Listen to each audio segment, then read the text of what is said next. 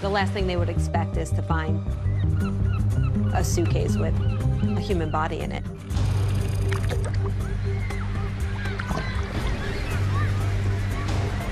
The big question is, how the hell did he get there? They were crazy in love at first, but it quickly became tumultuous. There were infidelities. They'd go back and forth. They'd fight. I think they liked the drama of it. And the next thing coming out of his mouth is, when I get home, I'm going to kill you. I'm going to smash your face in. He said he was leaving and he wasn't coming back. Were you ever angry enough to want to see him dead? There were times I wanted him gone, but gone doesn't mean dead. And Mel just said, well, I'm a single mom now, and now I've just got to get on with my life. I said, well, no, the next thing is we've got to figure out who did this to him. And after I got off the phone, I said, she did it. They couldn't find any forensic evidence whatsoever to establish that this was a crime scene. Do you still insist that you're innocent? Absolutely. I still feel like, how could somebody think that I did that? I think she did not actually commit the crime. It turns out it isn't the end of this story.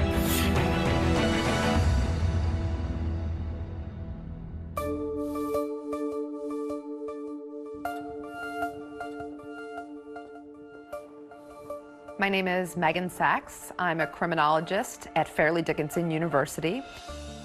In simplest terms, criminology is the scientific study of what causes crime and how the criminal justice system responds to crime. I've written about 25 true crime books over the years, and I think Melanie Maguire's is perhaps one of the most interesting ones and baffling. This is Melanie Maguire, arrested today minutes after dropping off her children at daycare. Melanie Maguire, a New Jersey nurse, was accused of killing her husband, cutting up his body and throwing it into the Chesapeake Bay. In 2007, what was being called the suitcase murder trial was generating an enormous amount of media attention, not just in New Jersey, but all across the country. 3 bizarre discoveries, 3 separate suitcases, all containing human remains. A woman who was on trial for her very life. She says the real truth behind the crime has never been revealed. With no history of violence and no apparent motive for murder, could she really have done it? She was this beautiful young nurse, and they were this seemingly normal middle-class couple, and the murder happened in such a grisly way. The idea that this beautiful nurse could have actually killed her husband and then cut him up is just incredible. Of course, there were the salacious aspects. Mrs. Maguire is a registered nurse, and prosecutors say she had an affair with a doctor. She didn't fit the profile, I guess, of a murderer. Over the years, students and colleagues of ours have come to me and said, you know, Melanie Maguire proclaims her innocence and would love to tell her story. I started thinking, oh, maybe there is a little more to this case than what you just see on the surface. And then the idea of a podcast came up, and I was all in. On direct appeal, we examined the murder conviction of Melanie Maguire following a highly publicized trial. Looking at the evidence that was presented and the evidence that may have seemed insignificant at the time, we form our own conclusion about Melanie's guilt. We here at ABC have our own history with the Melanie Maguire case. Back in 2007, ABC's Cynthia McFadden had the first on-camera interview with the mother of 2 on trial for murdering her husband. Who is the Melanie Maguire you hope the jury knows? The one who tried to take care of everybody, who didn't make the smartest decisions, but admitted to those mistakes to the people she trusted most, but did not admit what she's accused of. I have been incarcerated for 12 and a half, going on 13 years now. Do you still insist that you're innocent? Absolutely. You're sitting here a wrongfully convicted person. Correct. Absolutely. And what have those years been like? I tell people it's not as bad as you think in some ways, and it's so much worse than I could ever articulate in others. After all these years, I still feel hurt. I still feel bothered. I still feel like, how could somebody think that I did that? This whole saga begins on May 5th, 2004, with an odd discovery in Virginia Beach.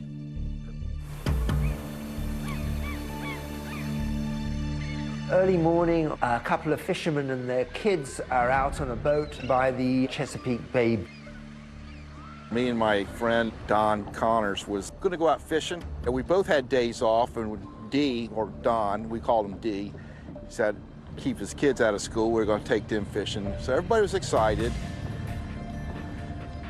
We went right out through this bridge here, and if you keep on going, you'll run right into the Chesapeake Bay Bridge Tunnel. The Chesapeake Bay Bridge Tunnel is about 17.5 miles long. It really is quite astonishing. It connects the eastern shore of Virginia to Virginia Beach. Has 2 tunnels for 2 shipping channels, and once you get on the other side, you go north, you're up into Maryland, Delaware, New Jersey. So we went out there and anchored off of Fisherman's Island, and we were just doing some fishing. And suddenly, one notices that a suitcase has floated by. We wheeled the boat around, pulled up alongside it. I immediately thought it probably blew off of a car, you know, off the luggage rack or something. D and his son had reached over and were trying to pull it up in. It had some weight to it, so I stopped the boat, reached in and helped him pull that thing up in there. And laid it in the floor of the boat. They found a dark green Kenneth Cole suitcase in pretty good condition that was apparently part of a luggage set of 3. They put it on board, and the little boy with them is very, very excited. He thinks it's buried treasure, so he wants to open it. The contents were covered with a thick trash bag, like a hefty bag or something. And I said, uh-oh.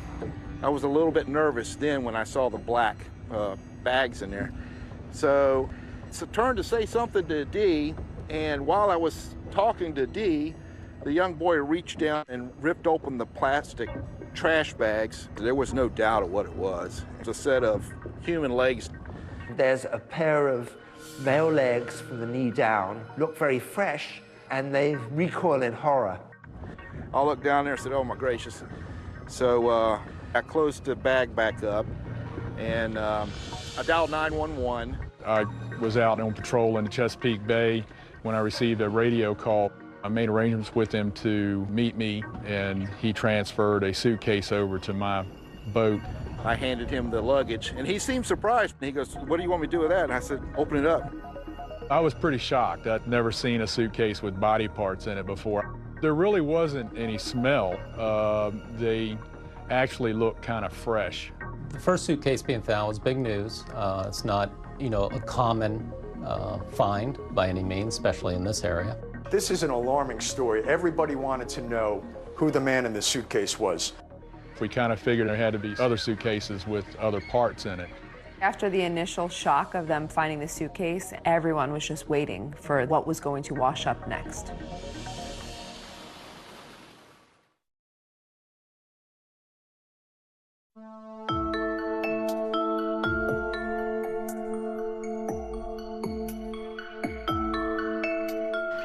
The Chesapeake Bay area, there's a lot of boaters, there are bird watchers, there's Fisherman's Island, a nature sanctuary.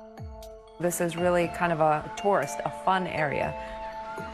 People are going there to relax, they're going with their families. The last thing they would expect is to find a suitcase with a human body in it. It was the start of the summer tourist season, which is huge for Virginia Beach, and getting that kind of negative publicity of bodies washing up in suitcases was something they did not need. 6 days later, the student was on Fisherman's Island in the middle of the Chesapeake Bay, which is a nature preserve. And she saw a dark green Kenneth Cole suitcase. She was curious what could be contained inside, and she actually pulled a little bit of the black trash bag out of the suitcase, There was such a strong odor of decomposition that she immediately stopped and notified the refuge workers. The police, they've been expecting this because after the first Kenneth Cole bag with the legs, they suspected there was going to be more. It was transported to the medical examiner's office in Norfolk, and that's where we actually viewed what the contents inside. Inside this suitcase would be the torso and the head of a male. The torso is still attached with the arms and the head. The head was wrapped in what looked like a medical blanket. The face was somewhat identifiable, but it had been submerged for a while, so extremely bloated. The medical examiner is able to determine that the victim's been shot multiple times. There are a couple of gunshot wounds in the torso area and one through the head. There were 2 bullets that were recovered from the body, wad cutter bullets. And wad cutter bullets are not typically used by the average person, but they are used for target practice. And it became a very big local story. A student discovered a suitcase near Fisherman Island. Inside, a human head. It's getting a lot of coverage. It's the second suitcase in a week found near the Chesapeake Bay Bridge Tunnel, and the second one containing body parts. And everybody was waiting for the rest of the body to turn up. Well, the third suitcase was found on May 16, 2004, in the water by a fisherman. He saw the suitcase floating in the water. This third suitcase that had been in the water the longest did have some growth on it from floating in the water for so long. This suitcase contained the pelvis, so from the waist down to above the knees. Authorities realize they have to figure out who it is. Anytime you find an unknown body, the first thing you're going to do is look into missing person cases to see if the profile matches anyone who's currently missing.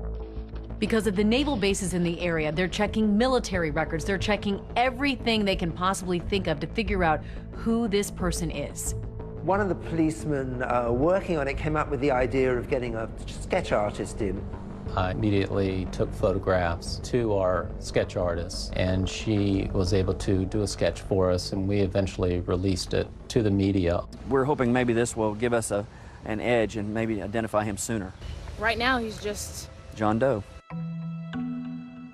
May the 21st, Sue sees the picture on TV of a sketch that they had done to find out who this person was. Sue had been getting out of the shower one morning. The television was on, and as she was getting out, toweling off, she looks at the TV. This is a sketch of the body that washed ashore near the Chesapeake Bay Bridge Tunnel this month. He belongs to somebody. I mean, he's got loved ones. She thinks, oh my God, that looks like Bill. Sue was pretty sure that it was Bill McGuire. This is John and Sue Rice, Bill McGuire's good friends. Bill and John had been friends since their early Navy days. Bill was friends with Sue as well. Melanie knew Sue. The couples had vacationed together. Sue immediately calls her husband to take a look, and he's not so sure it's Bill. But Sue's convinced it is, in fact, and says, please call Crime Stoppers. He was very good friends with Mr. McGuire. He told me that Mr. McGuire lived in Woodbridge, New Jersey. He was married to Melanie McGuire, and they had 2 small children. He wanted to know more about the dynamics of Bill, why I thought it could be Bill. And the only way that I thought it could be Bill is that, yeah, he's missing too. John Rice had spoke to Cindy Lagash, who is William McGuire's sister. I got a call from Cindy. She said, John, is Billy there? And I said, no, he's not. What's going on? And she said, well, Bill and Melanie got in an argument and he left and he hadn't been heard from. He said he was leaving and he wasn't coming back. My husband was full of bluster when it came to stuff like that. He would say things like that all the time. I didn't actually believe it was the last time I was ever going to see my husband. William McGuire had, in fact, vanished. Mr. Rice and his wife, Mrs. Rice, eventually agreed to come down to the police department in Virginia Beach and view some photos. Bill had a little red mark right here, and that's what I kept zoning in on when I saw the picture. That's exactly what I zoned in on. I mean, I've known Bill for 22 years. I kept seeing that, and I was pretty certain that it was Bill. Once we had a name and approximate age, we ran him through our computer system. He ran a check on Bill McGuire, and he found that McGuire had been arrested in Virginia for a reckless driving charge in the 1980s. His fingerprints were on file already, which made it a lot easier, and they're very quickly able to confirm that the fingerprints matched. The man in the suitcases was identified as 39-year-old William McGuire of Woodbridge, New Jersey. So according to Melanie, she just thinks her husband is missing, but she is about to get the news that will change her life forever. And I said, I'm sorry to tell you, ma'am, that William is deceased. And I just burst into tears. Now they've solved the mystery of who the man in the suitcase is. The big question is, how the hell did he get there?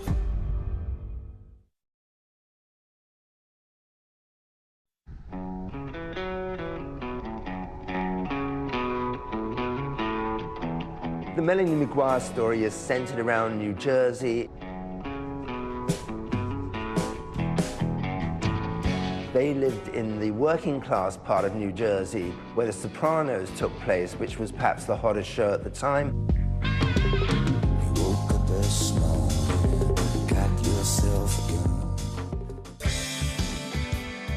Melanie is a Jersey girl, born and raised there. Her parents are Linda and Michael Caporero. She's a great, great daughter, mother,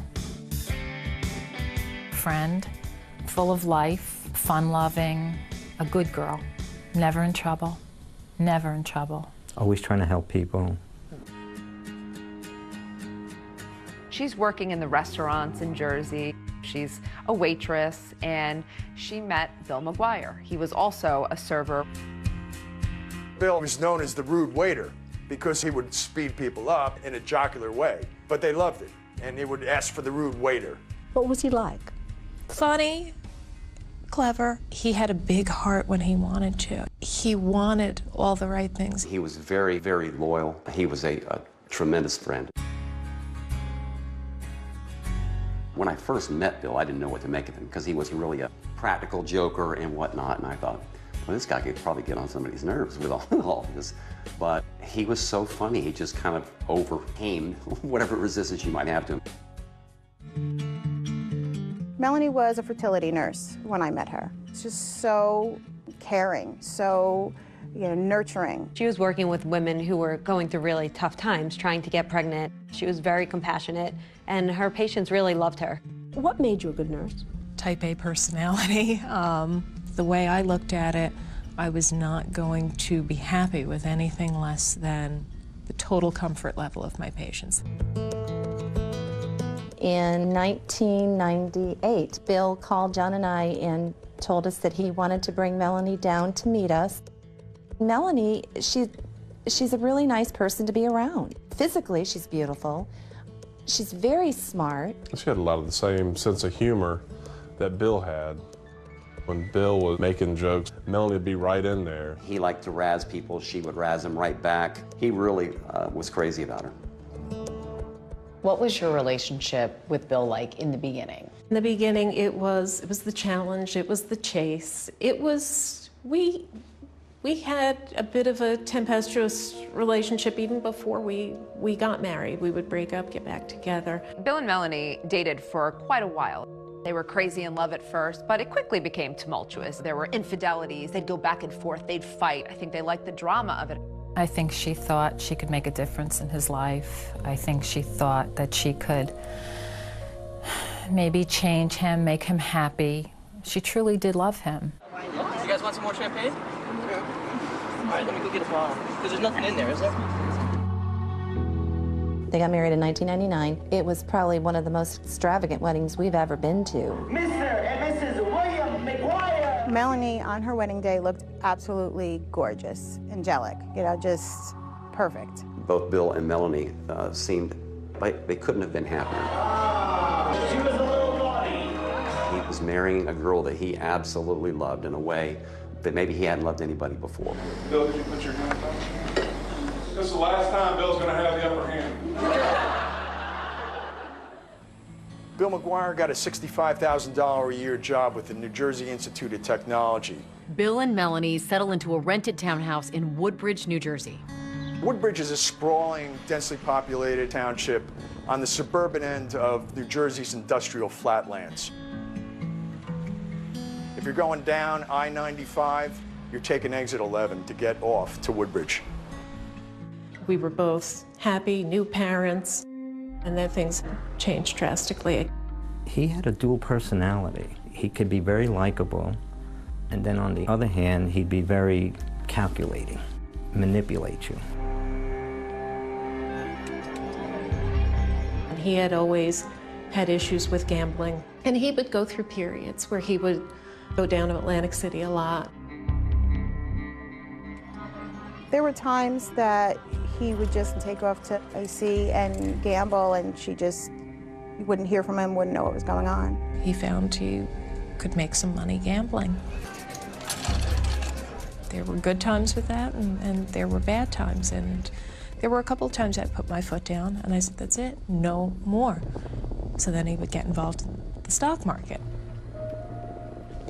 He wanted what he wanted, and he couldn't get it fast enough. And with that came frustration, and eventually that frustration became directed at me. There was one particular argument over the phone where he had gotten stopped for a traffic ticket.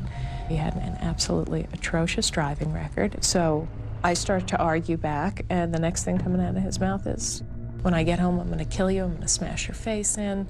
It's very difficult for me to think back on it because I actually drove off in the middle of the night, and I had left and I should have stayed gone. Why did you stay? I wasn't strong enough to leave. Did you love him? I did, and even though, now at this point, bear in mind, I'm having an affair. What appealed to you about Brad Miller? He was just very, very tender. I really tried to fight it, but I couldn't fight it. Life for the McGuires is getting a little more complicated, and then one night, it all erupts. Bill was probably the most streetwise person I've ever known, and I can tell you he never saw it coming.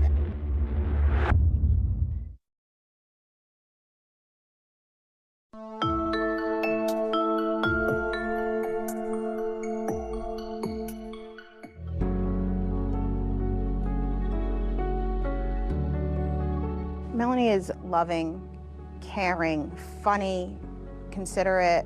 We just clicked right away, to the point that I asked her to be in my wedding when I got married. Love is always patient and kind. It is never jealous. Love is never boastful or conceited, and is not resentful. Love takes no pleasure in other people's sins, but delights in the truth. In June 2001, the McGuires were already married for a few years. And even though there was some friction in the marriage, Melanie McGuire decided to have another child. Little does her husband know just how ill-timed this pregnancy is. Not only is Melanie about to have their second child, she's also having an affair. Dr. Bradley Miller was a partner in RMA Associates, and Melanie was working as one of his nurses.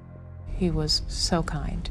I'd come back to my desk after a long meeting with a patient, and there'd be lunch sitting on my desk waiting for me. You know, there was always a little bit of flirtation, banter back and forth. Melanie was about 38 weeks pregnant, and things changed between her and Dr. Miller. I was about to go out on maternity leave, and I was sitting actually in his office at his desk. I just mentioned I have a pinched nerve in my neck, and he put his hands on my shoulders and started to rub my back. I really tried to fight it because this was not going to be good. This was not going to be good for anybody, but I couldn't fight it.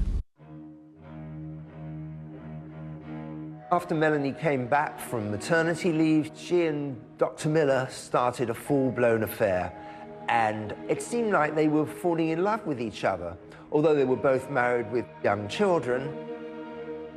Shortly after my second son was born, that's when things began the final descent downhill, if you will.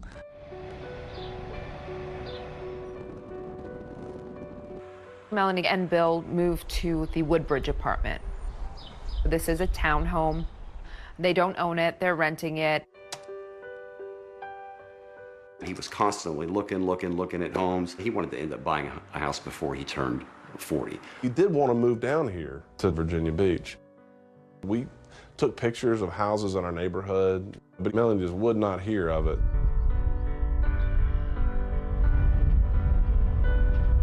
They ended up putting a really sizable deposit down on a very nice home in New Jersey. It was a very nice house. It had quite a bit of land. It was a $500,000 home.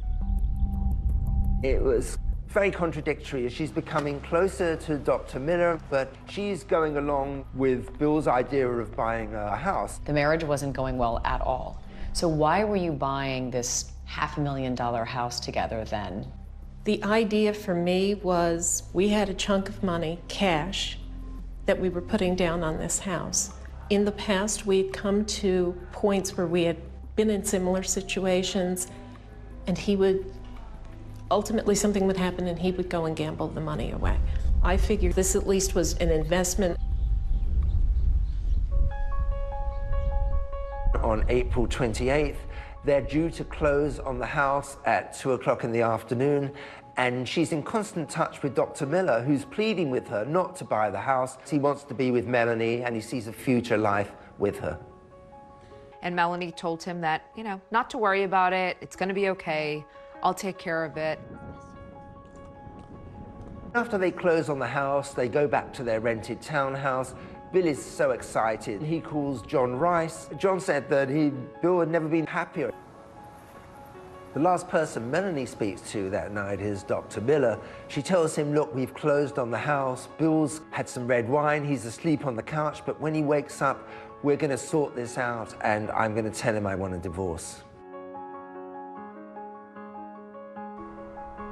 Melanie described the events that would happen later on as a big fight. You and Bill had a horrible fight, yes? Correct. We fell asleep on the couch, woke up early morning hours, and it was never a bad time for an argument. We're talking probably 3, 4 o'clock in the morning, and it starts on the house. I settled for that house. What the hell are you talking about? You settled for that house. It's a $500,000 house. That's not what I wanted. Melanie says that Bill turned around and said, what I really wanted was a house in Virginia for cheaper, but you refused to let us do that, and so I have to settle. And she says this turns into a very heated argument.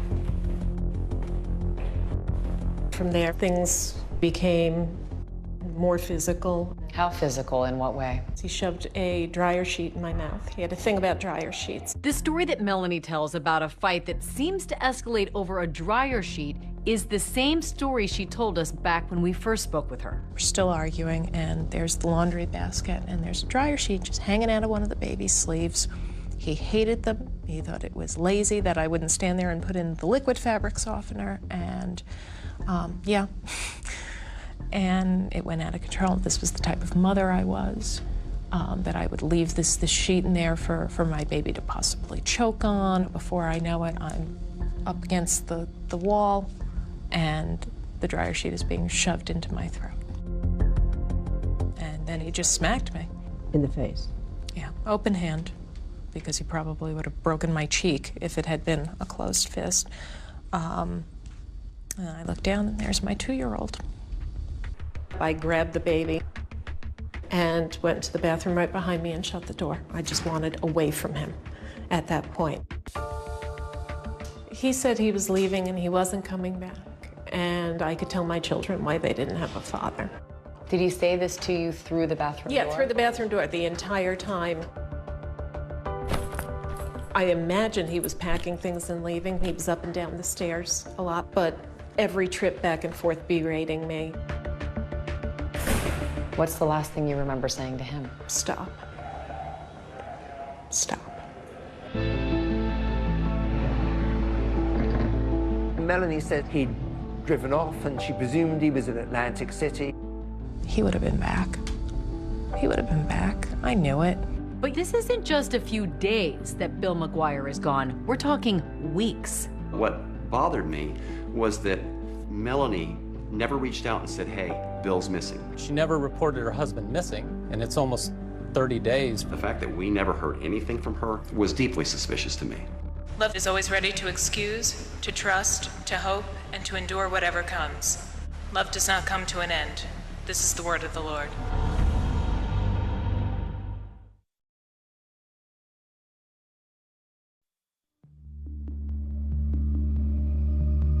In the early morning hours of April 29, 2004, Melanie McGuire said that she and her husband Bill had a violent fight and that he left and she never saw him again. Melanie says the next day she got her kids up, she took them to daycare, and she started trying to figure out how she was going to move on with her life without Bill. And during this, the next day, the day after that, you didn't hear anything from him? No. Did you try calling him directly? No, because this is what used to happen when we fought. You know, I'd call, whether it was to tell him off or to try to apologize or what, we just end up getting back into it again. I'm done now. I'm done.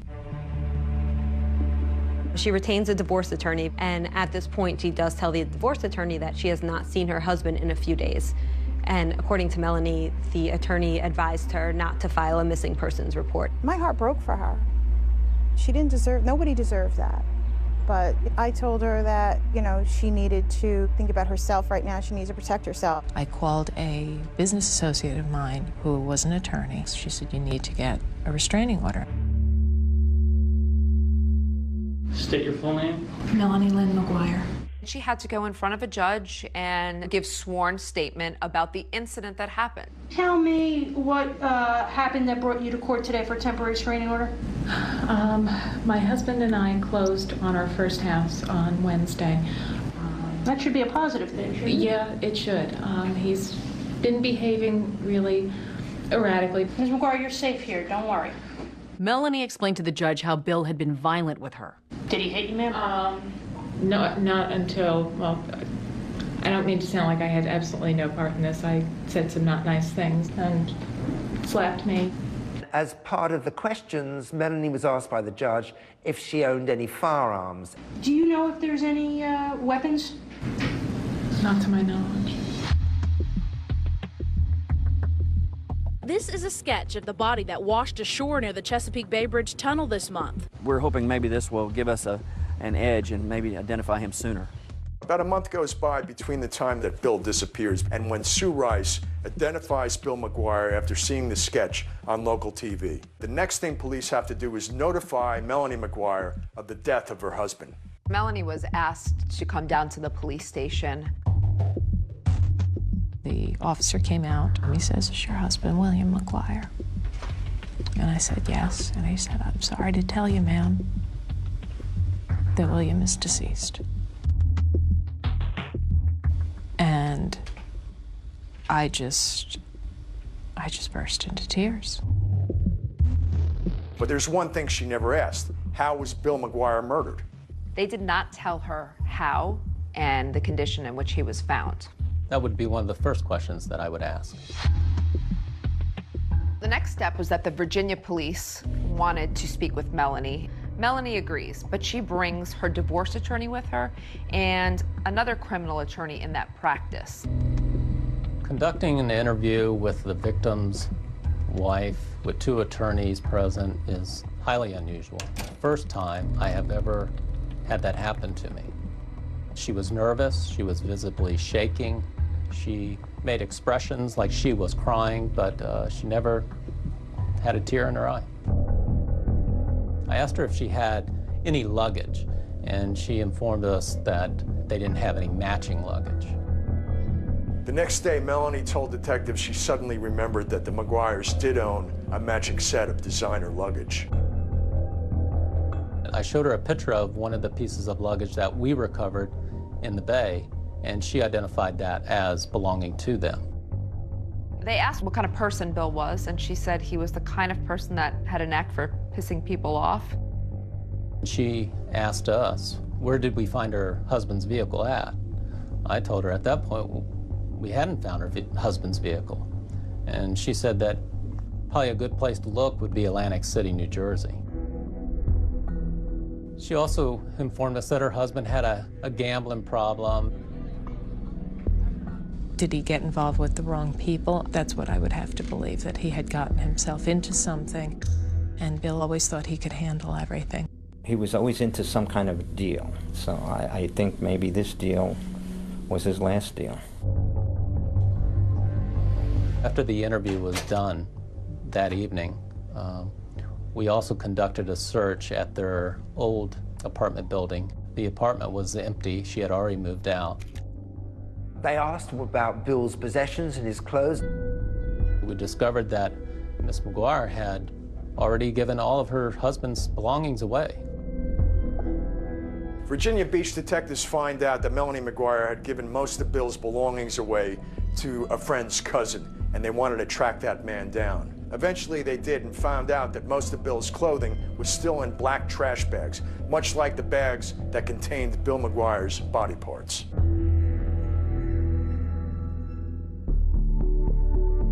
The garbage bag, by sight, looked identical. Things are starting to make sense with the detectives. There's the black trash bags, and there was also the hospital blanket that the head was wrapped into. And they're thinking, well, Melanie McGuire is a nurse. That's kind of an odd coincidence. At Melanie's suggestion, detectives start to search Atlantic City for Bill's car. And lo and behold, that's exactly where they find it. The Atlantic City forensic unit processed Mr. McGuire's vehicle. They took photos, they fingerprinted, they vacuum cleaned the floorboards. The body was released to Melanie on a Tuesday. Immediately she had him cremated. And the funeral lasted all of 10-15 minutes at the most. She called the following evening after the funeral, and at that point I just kind of blasted her. I just told her, I said, Melanie, Bill deserves so much more. And Mel just said, well, I'm a single mom now, and now I've just got to get on with my life. I said, well, no, the next thing is we've got to figure out who did this to him. And after I got off the phone, I remember hanging it up, and I said, John, she did it. She did it. Everything pointed to Melanie McGuire. Through wiretapping her phones, the police discovered the relationship that she was having with Dr. Miller.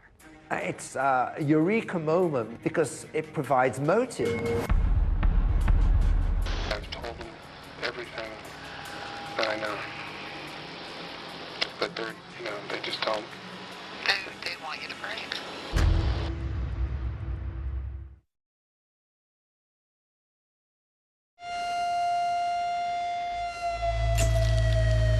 What's the last thing you remember saying to him? Stop. Stop. People like to believe that someone was capable of committing this type of murder. Accused of cutting up his body and throwing it into the Chesapeake Bay. That the person who did that would look like a monster. But sometimes killers look just like Melanie McGuire. Is there anything else you're not done with? Like what? Like I killed somebody. Did you? No. Thanks for asking. A scorched earth investigation was conducted, and the lack of evidence is resounding. The evidence in this case points to a well-organized, meticulously planned execution of a murder. Computer searches that said how to murder someone, how to poison someone. Basically, multiple searches about how you kill someone. I don't get to be an evil genius and an idiot at the same time. I believe that Melanie was wrongfully convicted. Who do you think killed your husband?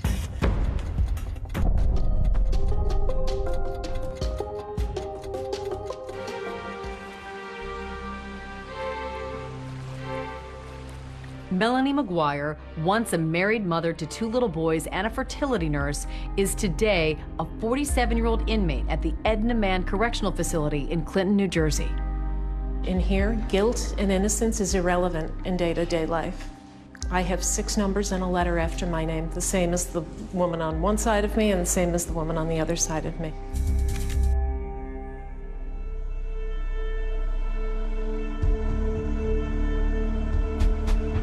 After Virginia Beach exhausted their investigation, they realized all signs pointed north to New Jersey. My name is Patty Prezioso. I was the lead investigator in the Melanie McGuire investigation and prosecution. Patty Prezioso was a very driven and highly successful Assistant Attorney General in New Jersey. You let the evidence guide you and you follow it until it's clear what happened. She was extremely competent, and it was obvious. The task force had local police, state police, the Attorney General's office. They decided to treat this case with top priority. It was clear that he had been shot, and trying to find out if any of the people close to Bill owned a gun was a top priority. The detectives don't find any record of Melanie buying a gun in New Jersey, so they decide to check Pennsylvania. They knew that Pennsylvania was close, and a lot of people will go to Pennsylvania for firearms because the gun laws are more lax. There's less of a waiting period, and so you can go in and essentially walk out the same day with a firearm. It turned out that when the record check was done with Pennsylvania, a record came back that Melanie McGuire had purchased a gun. I remember plain as day when she came in, because not many women come into the shop. She filled the forms out, and then when she wrote down her occupation, that she was a nurse, that stuck in my mind, because I guess that was the first time I ever sold a gun, you know, to a nurse.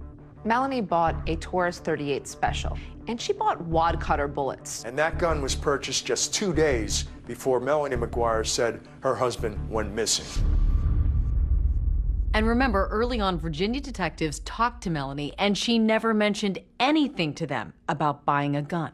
I had informed my attorneys of the purchase of the gun, and they said, well, you know, if they ask, don't lie, but don't offer any information. And they never asked about a gun. Melanie bought the gun because Bill wanted her to buy the gun. She could get it, he wanted it. What he wanted, he got. Because Bill McGuire had a felony conviction stemming from his horrendous driving record, he was barred from purchasing firearms. You say your husband asked you to purchase the gun, but you purchased a gun just 2 days before your husband went missing. Of course, it's a coincidence. However, he was on me for a while about that, about trying to get that.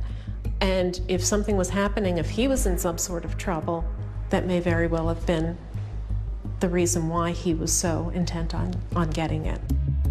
Once the police really honed in on Melanie, they began wiretapping her phones. Hello. Hi. The surveillance was so intense that over a 40-day period, they recorded 500 hours of her phone calls. Every time you get your head back above water. Yep. And that hand reaches out from beyond the grave. A lot of those calls were very cryptic. Hey. How you doing? I spoke to, what's his name, about shipping? Alex. I didn't want to say name. Do you understand what I'm saying? Yep. She used the phrase a lot, being cut off at the knees. At least meet with a lawyer ahead of time who might cut it off at the knees. Doesn't that look suspicious? It doesn't matter what it looks like.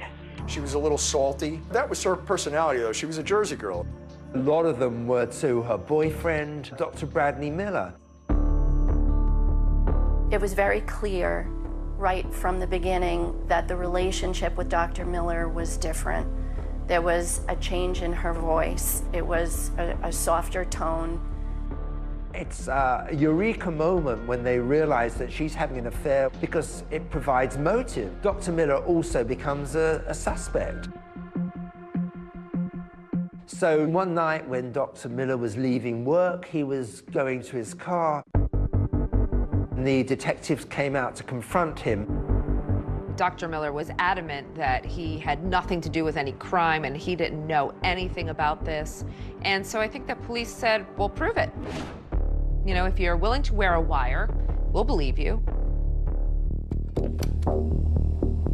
It is now 2:30 p.m., May 31st, 2005. Brad Miller making an outgoing call to Melanie McGuire.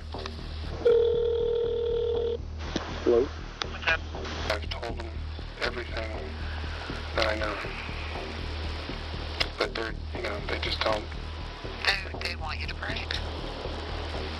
I mean, if you want us to stick together, I gotta know everything now. before this goes any further. What do you mean you have to know everything now? I mean, there's no other secrets between us, right? That I can think of. You swear you had nothing to do with us? Yes. And your children's lives. Because I'm standing by you. Yes. In those intercepted phone calls, another friend she was speaking to was Jim Finn. Melanie met Jim Finn in nursing school, and Jim admittedly had a crush on Melanie. But once she left nursing school, she never talked to him again. You know, that was it until February 2004, and she suddenly got in touch with him again. When she needed something, he was someone that, you know, she could manipulate, and she knew he was a lover of guns. The police also approach Jim Finn because they find that before Bill disappeared, she's been talking to him about the firearms. She said to him, hey, I need to talk to you. There's some weird stuff going on here, and Bill is acting weird. Jim, who really still holds the torch for Melanie, and Melanie knows that, says, well, maybe you should get a gun to defend yourself. Investigators pick up Jim Finn, who also allows them to record his conversations with Melanie. And once they hear what's on those calls, they're satisfied Finn knew nothing about the murder. The reason I asked you about buying a gun is because my husband wanted one. He wanted one? Yeah. Not only did he want one, I bought one for him. Why didn't you tell me? At the time the detective spoke to Jim Finn, he had no idea that Melanie McGuire had purchased a gun. He was surprised. Is there anything else you're not telling me? Like what? Like I killed my husband. Did you? No. But thanks for asking. Melanie never wavers on whether or not she was involved. It is always a hard no. I want you to tell me the truth. I'm telling you the truth. I did not do it. She was under a microscope. Everything she did was being watched. Everything she said was being listened to. Melanie does something that most people would find a little suspicious. Investigators start looking at her E-ZPass records. They notice trips to Atlantic City. She knew that Bill McGuire's car was in Atlantic City because she put it there. That requires 2 drivers. So that means someone helped her. What investigators find in Atlantic City has them wondering, did Melanie have an accomplice? And if so, who was it?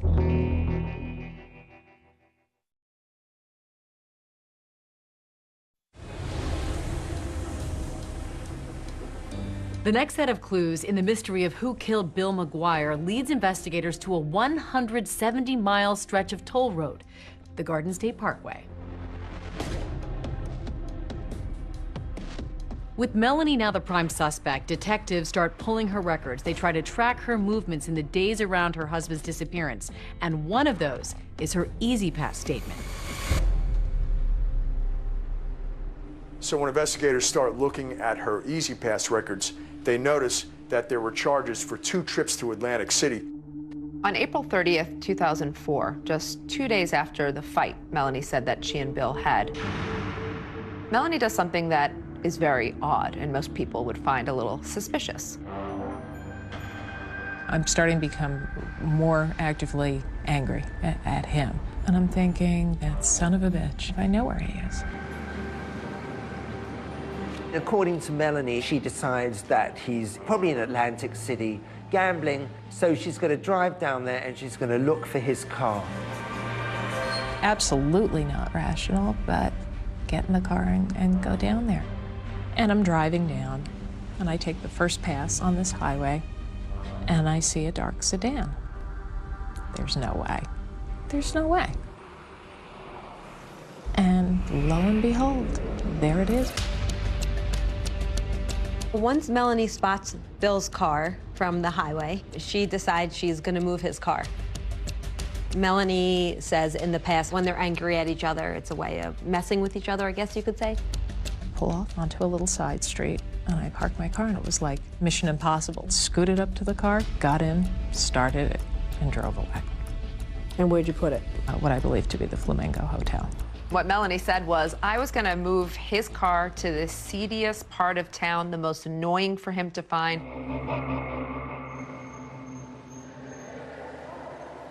that just didn't make any sense. That he was physically abusive to her, but then she goes to mess with a car with a guy that she claims she doesn't want to be around. It sounds beyond ridiculous sitting here saying it, and I acknowledge that, and I can't, you know, it's the truth. It's an incredible story, meaning it's just not credible. We believe she was planting his car in Atlantic City. She was trying to create an illusion that Bill McGuire was still alive. That requires two drivers.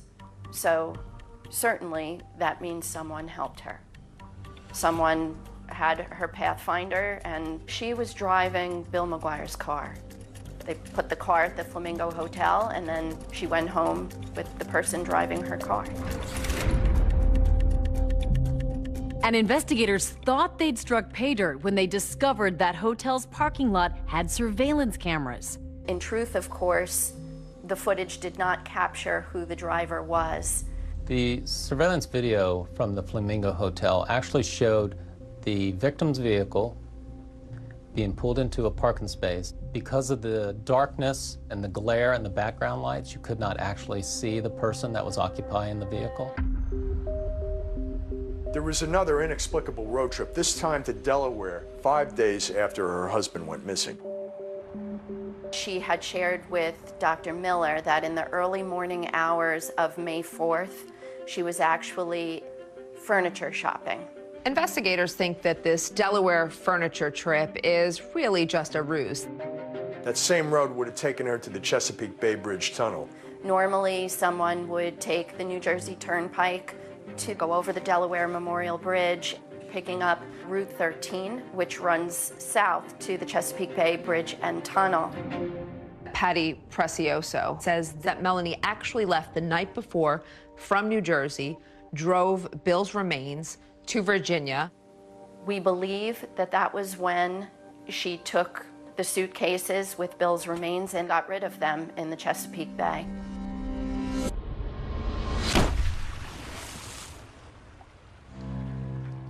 And the first suitcase turned up the very next day. But of course, Melanie thinks this theory is preposterous. Virginia Beach is another 450 miles from Delaware. So, I mean, you're talking about hours, and there just isn't enough time. And why was she driving all the way down to Chesapeake with the body parts in the car, thinking, I'm not going to get stopped, I'm not going to break down? What a chance that is. You know, I mean, you can't stop on a bridge and open a window and throw 3 suitcases out. Maybe if it was one of these pieces of circumstantial evidence for which you might have a reasonable explanation for 1 or 2, but we're talking a large amount. You can't have reasonable explanations for all of them. It's a mountain, and it's a lot of coincidences, and that's absolutely. But coincidences don't always make for the best evidence. And detectives were still searching for any physical evidence that would link Melanie McGuire to her husband Bill's murder. Where is the proof? Where is the forensic evidence? The task force is convinced that Bill was murdered and dismembered at their townhouse in Woodbridge. So they concentrate on that. They went back 4 to 5 times to search for any evidence. They did everything that you would typically think of, right? They brought in the luminol, pulled down parts of the walls, they pulled out the piping, pulling floorboards up. They really turned this place upside down a number of times. They were trying to find bullets, traces of blood, and nothing ever came up. Couldn't find any forensic evidence whatsoever to establish that this was a crime scene. I don't know how you would dismember a body and effectively clean that up. Despite that glaring lack of physical evidence, investigators still believe the circumstantial evidence is enough, and they arrest Melanie McGuire. So surreal. Day like any other, getting the kids off to daycare. We surveilled her to the school, waited for her to drop her children off. Walking out of the building, I'm not even off the curb. Melanie McGuire, can you come with us, please? I knew. 2 years and 10 months after the first suitcase washed up, the trial against Melanie McGuire commences in Middlesex County, and it was a sensation. The evidence will show that while Bill was engrossed in purchasing the house, the defendant was very busy planning his death. There is no proof that Melanie McGuire murdered her husband. The prosecutor said either Melanie McGuire is guilty or she's the unluckiest woman in the world.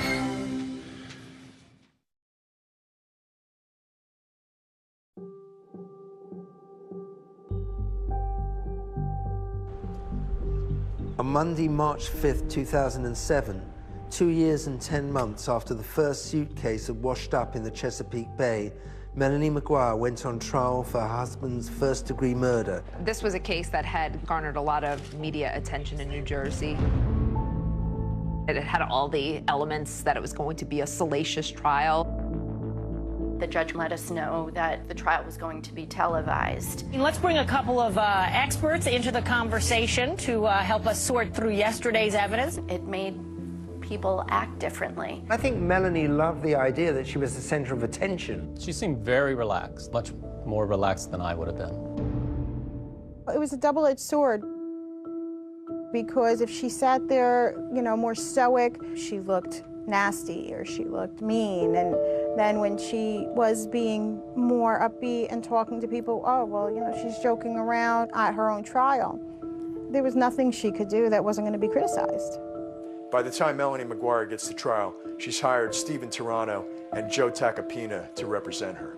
Joe Tacopina was a high-profile celebrity attorney. Joe Tacopina. Joe Tacopina. Joining me now, Joe Tacopina. He's the attorney for Alex Rodriguez. He feels just as comfortable in front of a TV camera as in front of a jury. A scorched earth investigation was conducted, and the lack of evidence is resounding. The evidence in this case points to a well-organized, meticulously planned execution of a murder. Is that a fair description of you? Were you somebody, if you were going to do something, you were going to do it all the way? Correct. And I would counter that argument with, if that's the case, then I would have been sure to not include blankets that could be traced to me, my own luggage. I don't get to be an evil genius and an idiot at the same time. They're not going to be able to tell you where William McGuire was killed, how he was killed, when he was killed.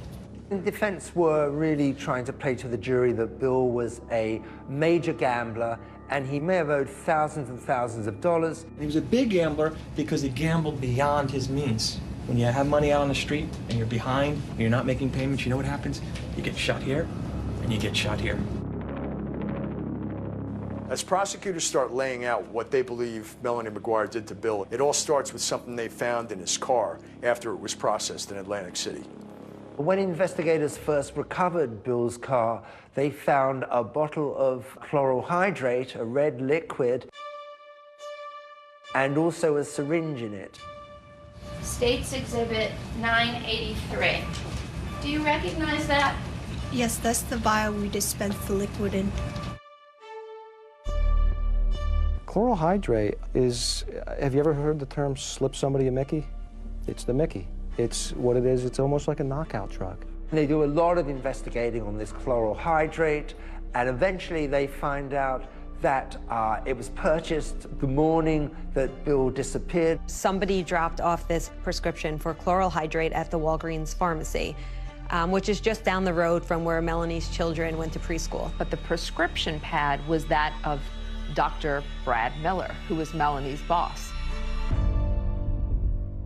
So the light bulb goes off and they're thinking right away, clearly Melanie had access to this prescription pad. She used it, she filled it. Chloral hydrate was necessary for this defendant to have control, and even more importantly, it was necessary to her that Bill McGuire had no control.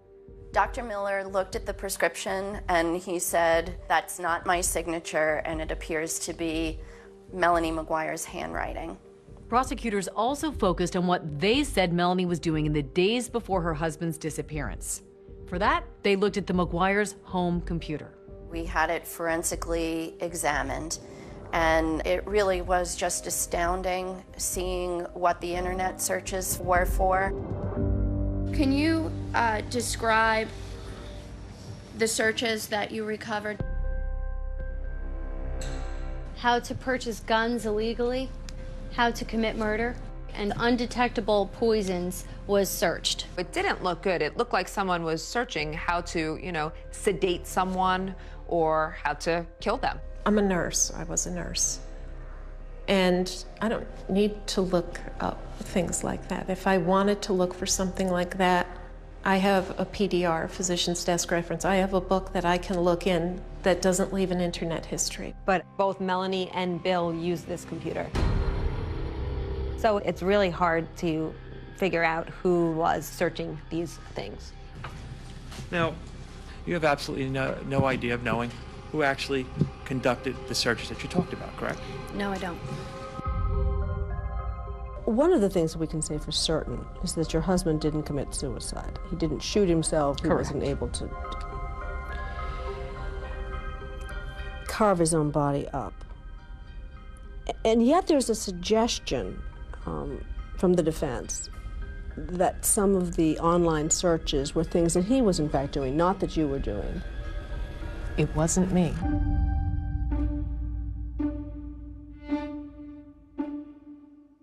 Although investigators found no physical evidence in the McGuire's home, they did find something significant in Bill McGuire's car.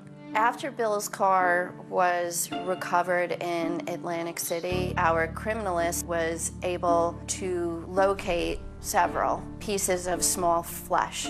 These pieces of flesh are an artifact of Bill McGuire's body being disarticulated. The phrase was used, human sawdust. Human sawdust is a term that did not exist until this case, as I understand it.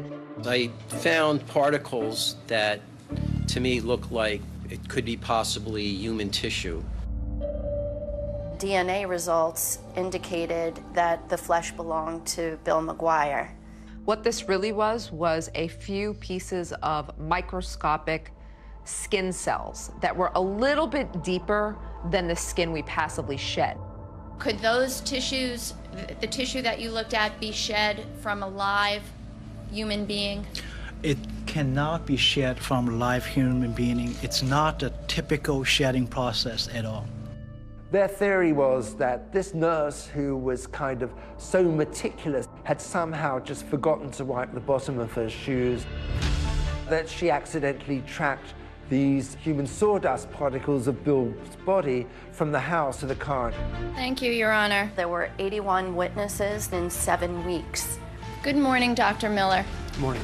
Dr. Miller was the testimony that everyone was most anticipating. He was going to be the big star of the trial. I was having an affair, and my whole life turned upside down. Were you in love with the defendant?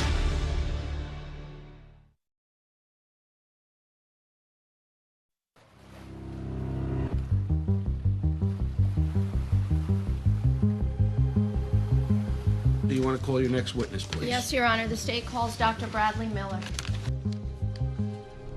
The most anticipated day of this trial is when the man whom Melanie McGuire had a 3-year affair with, Dr. Bradley Miller, took the stand. Everybody knew that that was the prosecution's star witness, and the court was filled. And when you saw him, what was your feeling? How could you? How could you? Dr. Miller was in a very difficult spot. He and his family had gone through a very difficult time, and it was just made clear to him, just take a deep breath and make sure you tell the absolute truth. Can you describe to the jury what was your relationship with her? We worked together. She was an excellent nurse. She took very good care of the patients. They all loved her. Sir, did there come a time when your relationship with Miss McGuire got more intimate? Yes, it did. It was towards the end of her second pregnancy. She was about 38 weeks pregnant. And before she went on maternity leave, we had oral sex in the office. So not proud of that. It has to be pretty hard to hear it come out in court. Hard for me to hear it, hard for me to think, oh my God, my parents are hearing this, my 84-year-old grandmother is hearing this. Were you in love with the defendant? Yes, I was. Had the two of you discussed future plans together? Yes, we were hoping to be together in the future. If we do make it through this, I'll just have to take whatever money I can get and get away. With Dr. Miller on the stand, prosecutors were able to score some points because there were certain things that Melanie never told Dr. Miller. Did the defendant ever tell you that she purchased a gun? No, ma'am. I had no knowledge of her purchasing a gun, no. Did the defendant ever tell you that she went to Atlantic City and parked her husband Bill's car at the Flamingo Hotel? No, she did not. Did there come a time when the defendant shared with you that she had done that? Yes, and I asked her, well, why didn't you tell me this sooner? And she told me that she didn't want me to be upset, that she's going back to find Bill, to bring him back, and rekindle the relationship. We looked very closely at Dr. Miller. There was no evidence connecting him with this crime.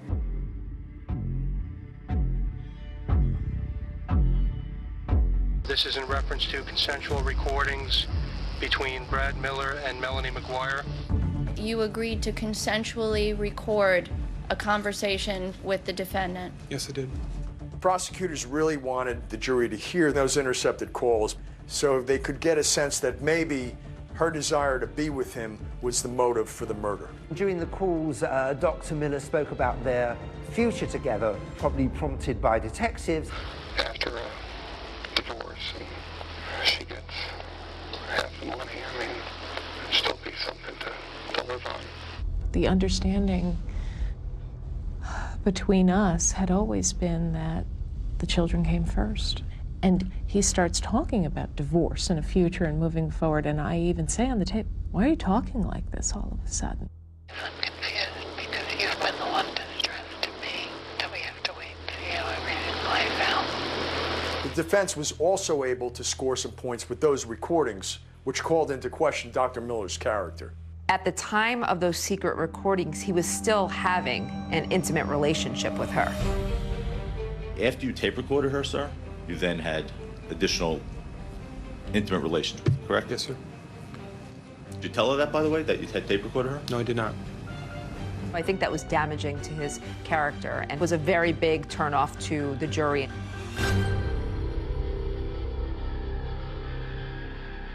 Have you ever had contact again with Dr. Brad Miller?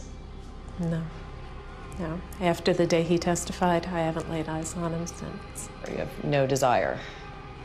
It's tough. That was a tough betrayal to swallow.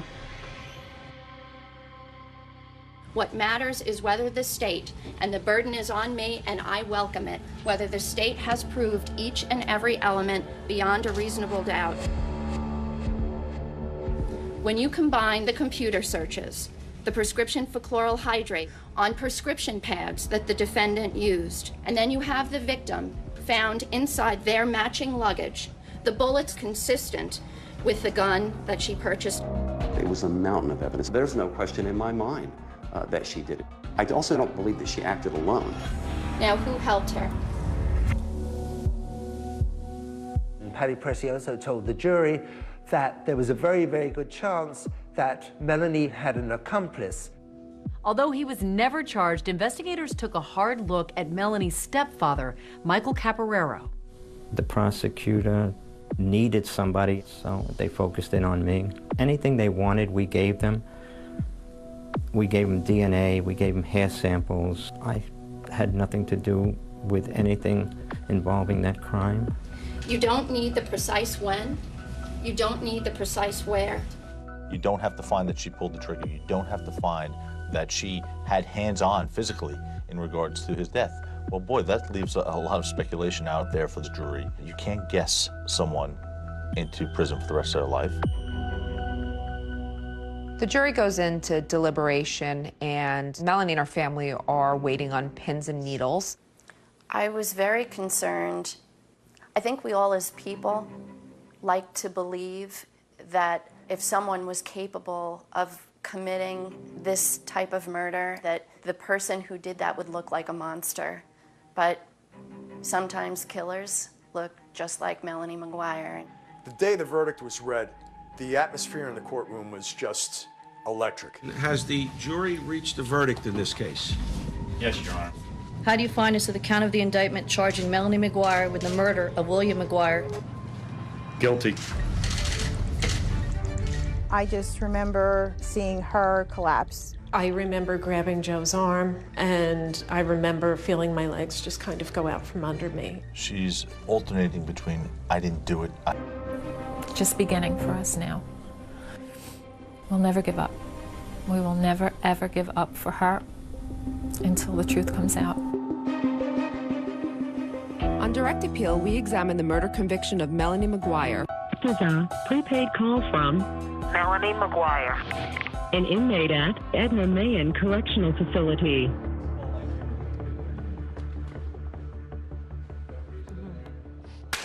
All right. Obviously, Melanie's been convicted. She's exhausted all of her appeals at this point. So how did the idea for this podcast come about?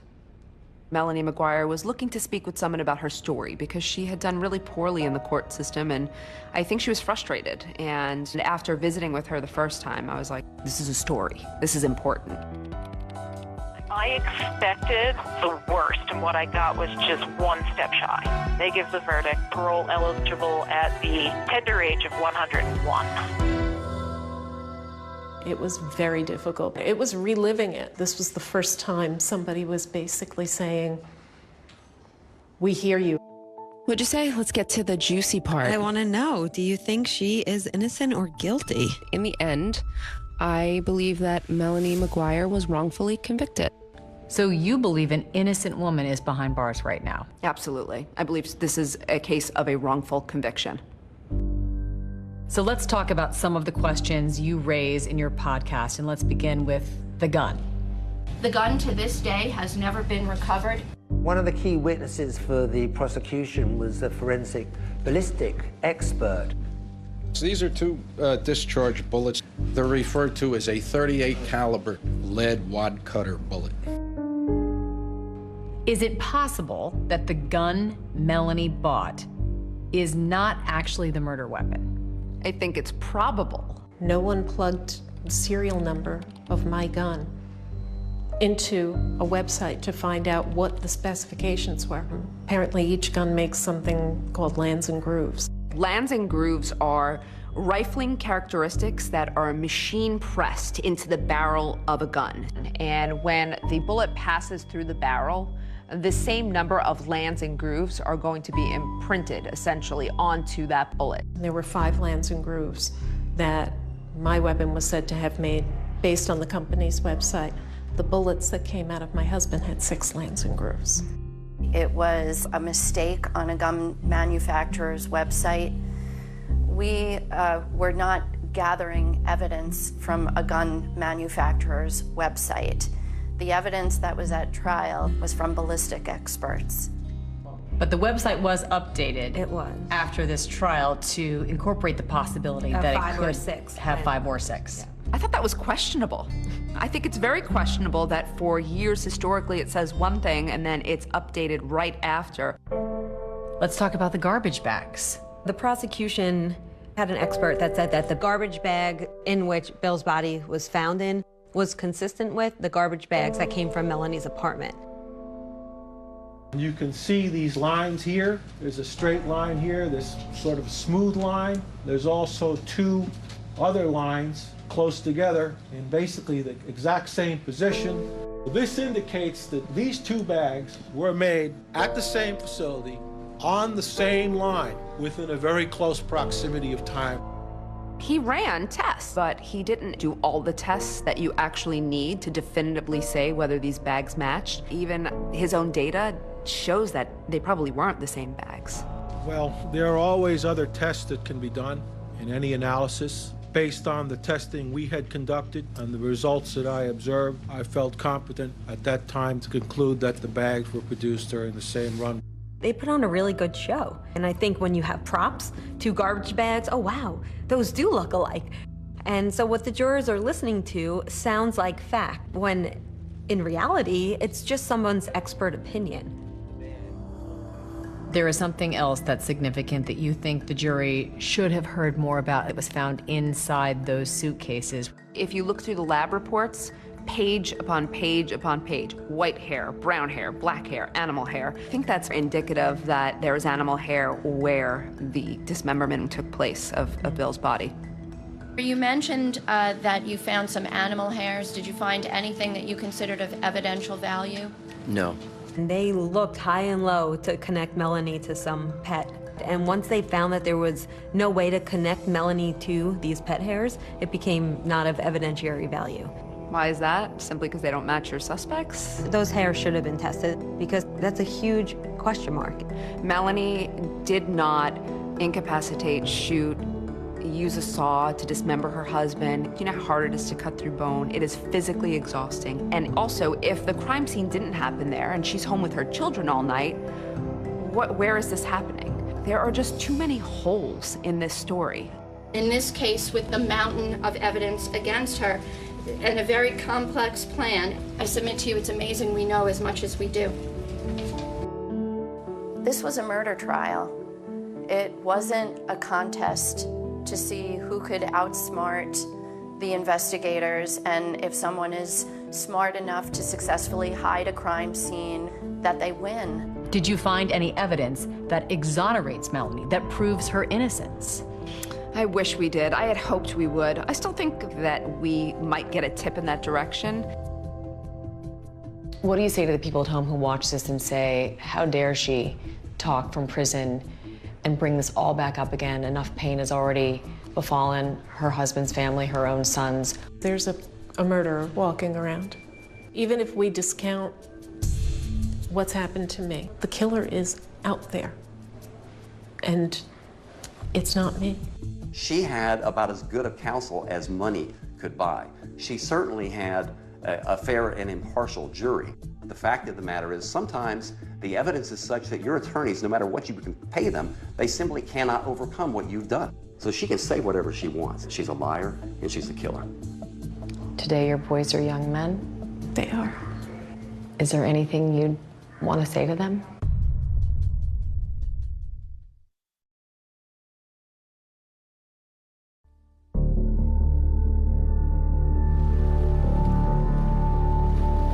There will always be questions about this case that we may never have the answers to, like if Melanie McGuire did kill her husband, why did she drive more than 300 miles to get rid of his remains in the Chesapeake Bay?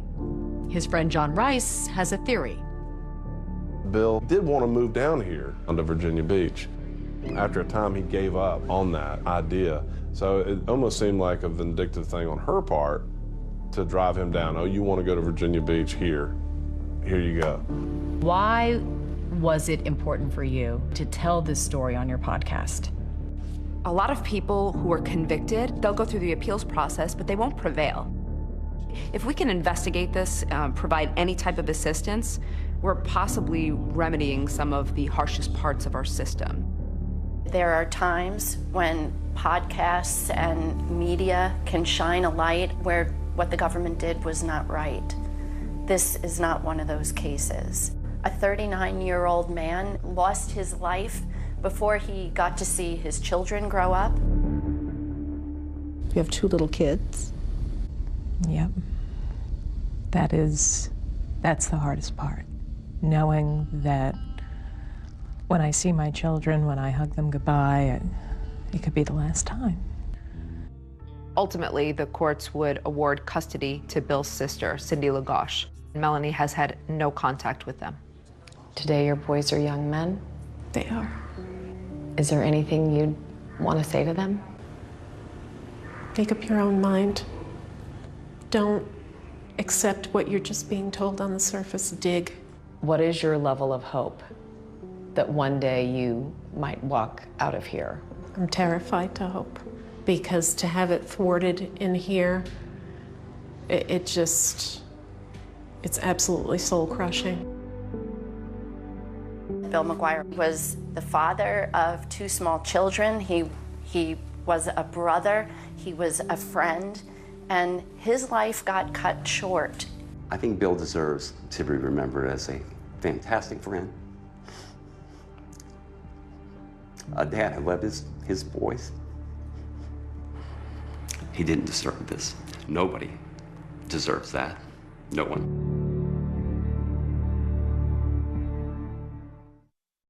Tonight, a notorious murder back in the national spotlight. Just this week, a wildly controversial parole decision. Is a convicted killer now walking free? An all-new 2020 starts right now. Pound for pound, one of the greatest true crime stories of all time. This would turn out to be a notorious, surreal case. A woman brutally murdered in cold blood. Investigators at the time believed that Sherri Rasmussen was the victim of a burglary that had turned into her own murder. As I walked in, there was blood. She was literally clawing at the front door, trying to get out. People were on edge during that era. And add to that, we were the serial killer capital of the world. It's like being hit by a train. Just like being hit by a train. I don't usually talk about that day or that time. How soon was it after the murder that your father and your mother started to think that maybe this wasn't a robbery? I assumed it was going to be burglars, male burglars.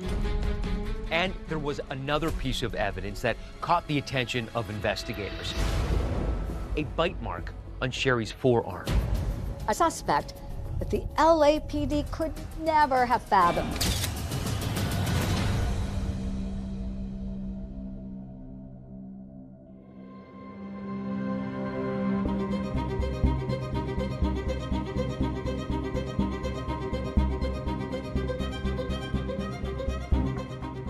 If you walk down Hollywood Boulevard, you can't help but notice the stars on the sidewalk, the glitter in the pavement, and you think to yourself, wow, this is Tinseltown. But it doesn't take long until you realize that there are deep cracks in that pavement, exposing a criminal element you could never have anticipated. And the case of Sherri Rasmussen was a rude awakening for anyone living in La La Land. President Reagan in Los Angeles. Today, the torch entered the City of Angels for AIDS Walkathon in Hollywood. It was 1986. A beautiful young nurse, only 3 months into her marriage, is brutally murdered in her own townhome. As a television journalist, I've been reporting on true crime stories for decades on numerous outlets. And you think you're never going to be shocked anymore ever again? Well, this proved all that very wrong. It was a huge story. It had all the elements, sex and betrayal and lies. It just gripped the nation. It's definitely, pound for pound, one of the greatest true crime stories of all time. Everything we always heard or was told about Aunt Sherri was about what a great person she was. Tell me about your sister. She was the middle sister, and she was a clown. If everything got too serious, she would make everybody laugh. She had a very unique little giggle. Uncle John and Aunt Sherri are spending Christmas with Rachel on her first Christmas. Sherri was all about family. Sherri was our glue. She kept us all together.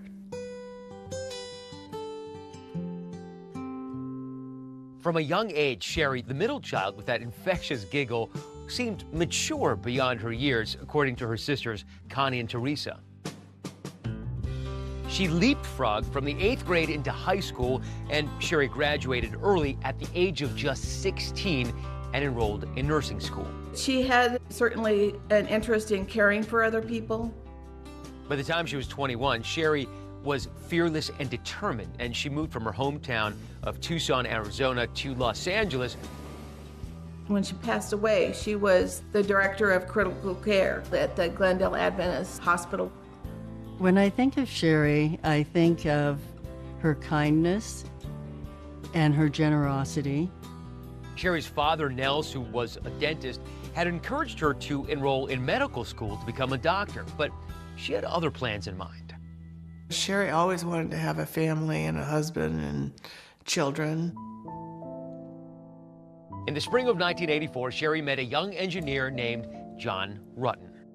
John Rutten was a tall, handsome, bright, athletic young man from San Diego, California. Sherri was so tall, she often had difficulty finding guys who weren't intimidated by someone with her stature. And I know that John was just taken with her. Sherri and John were very happy together. Sherri was always smiling and laughing and happy. They settled into Sherri's condo in Van Nuys, and in November 1985, the couple got married. It was a joyous celebration. You could tell that they were in love. She was just beginning her life. She'd met the man of her dreams, and she had a great job, and she was doing very well, and it was all coming together. 3 months later, and now it was all gone. February 24, 1986. John had just returned home from work, and as he's walking up the steps into the townhome, the door is ajar. He walks into the townhome and sees his gorgeous bride dead in a pool of blood on the living room floor. He calls 911. I was patrolling and I got a call to Balboa Boulevard. Veteran LAPD patrol officer Rodney Forrest was one of the first cops to arrive at the scene. The call was a death investigation. I thought that was particularly interesting. Why a murder in a kind of upscale part of town? When Forrest and his partner got there, they were met with a grim warning from paramedics. Somebody said, "You're not going to be prepared for what's in there." And I'm thinking, well, I've seen it all, so let's go see.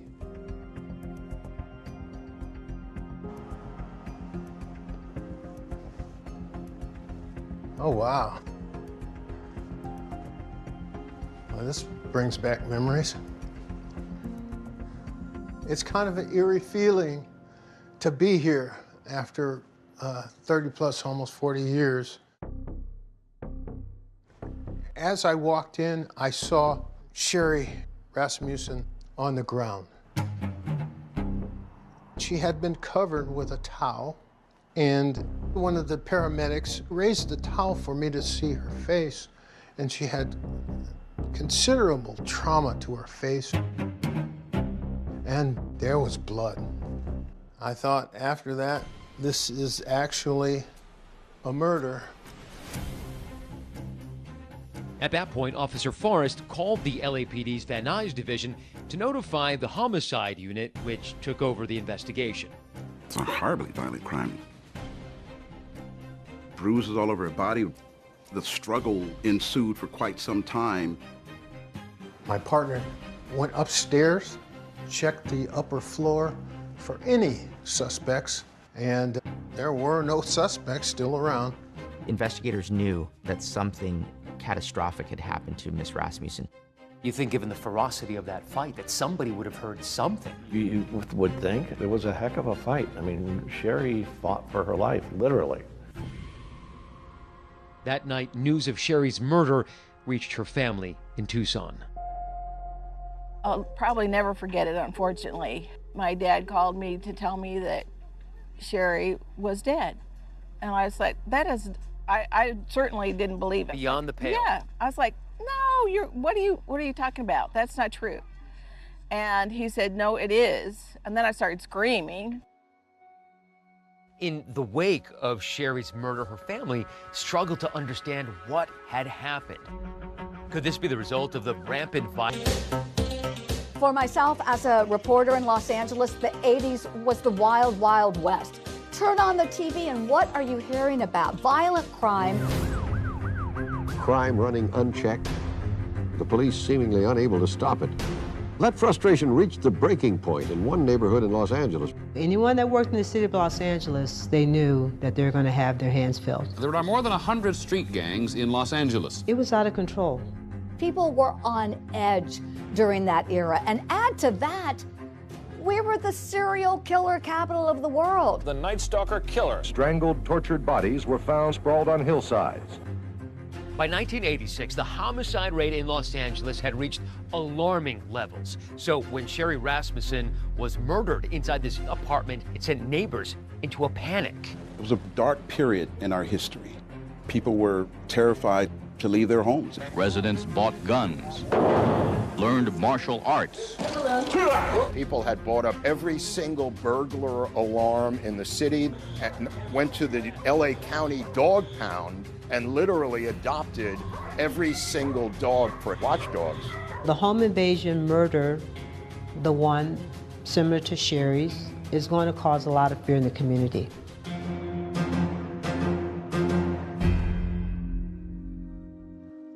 People were nervous. It was certainly a shock for me. Alan Tarski lived across the corridor from Sherri, but he says he wasn't home at the time of the murder. I had come back to work probably 5:45 in the evening, and it was shortly after that that the madness started. I do remember there was electronic stereo equipment right here that I saw when I came in, and that suggested to me that it was possibly a burglary, and a burglary interrupted. I put this together with the stereo equipment stacked over here, and it seemed to me that she could have struggled with the burglar, and she obviously lost that fight. Sherri's newer model BMW was taken. Her purse was taken. The Rasmussen crime scene had all the makings of something police call a hot prowl, a home invasion. Investigators at the time very much believed that Sherri Rasmussen was the victim of a burglary that had turned into her own murder. Based on what investigators could see at the time, it appeared as though Sherri Rasmussen was working at her dining room table on the second level of her condominium when the intruder came in through the front door. She had ligature marks on her wrists, indicating at some point someone had tied her up. All over the place in these pictures, you see some of the implements that were used to hit Sherri. Right. The vase that was smashed over her head. The shards had blood on them. The assailant or assailants were grabbing at anything they could find to make sure this woman didn't breathe another breath. Her fingernails were left broken at the front door. Because she was literally clawing at the front door. Trying to get out. But before Sherri could escape, she was shot, police say, at point-blank range. The bullets indicated that a .38 revolver had been used. It was basically an execution. Not a single neighbor heard a gunshot, and ballistics tests showed that it appeared the assailant had used that quilt over the barrel of the gun as a silencer. And there was another piece of evidence that caught the attention of investigators. A bite mark on Sherri's forearm. They took the sample in an abundance of caution because if there was blood there on that bite mark, it could be possible for blood typing analysis to be done. I learned later about the bite mark that led into my curiosity of why there was a bite mark on her arm. I had no clue. It kind of reinforced what I was thinking when I initially got there.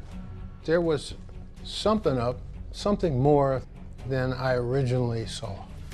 Former patrol officer Forrest, who wasn't part of the investigation, says to him, the crime scene didn't jibe with the burglary theory. I thought to myself, this is a burglary? Burglars don't usually pick a place 5 condos from the street. They want to get away. They pick something next to the street. They don't want to be seen. It's just strange that they would pick this place. Officer Forrest says he was also taken by the demeanor of Sherri's husband. I noticed John Rutten. He was sitting at the table and he seemed to be sobbing. My reaction was his sobbing, his crying should have been more extreme with his wife laying there on the floor dead. I guess people grieve in different ways. Did you see John at any point directly after the murder? We saw him at the Van Nuys police station, and I do remember that he didn't have any marks on him. That's the first thing you look at for any kind of domestic violence, so.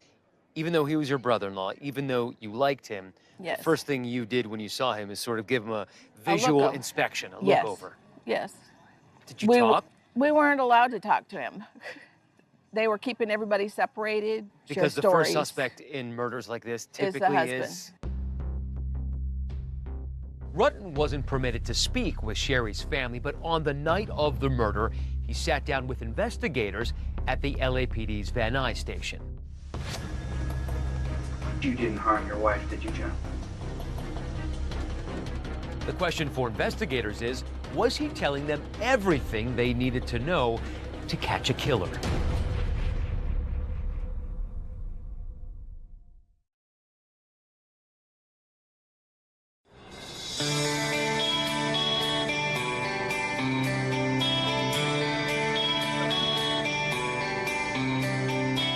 So you and Sherri were living here in Southern California together. Yes.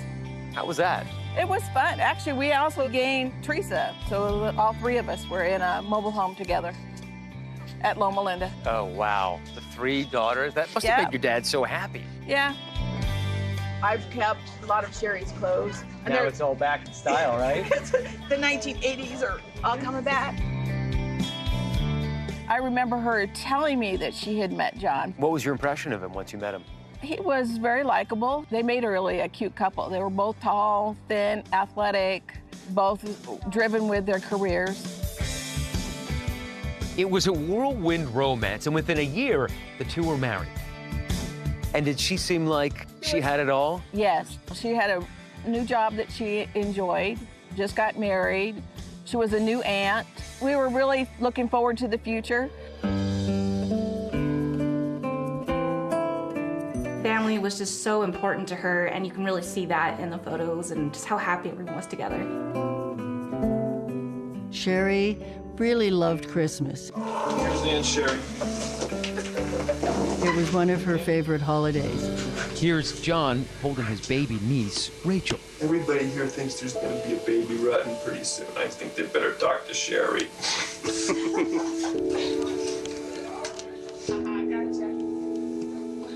This would be Sherri's last Christmas.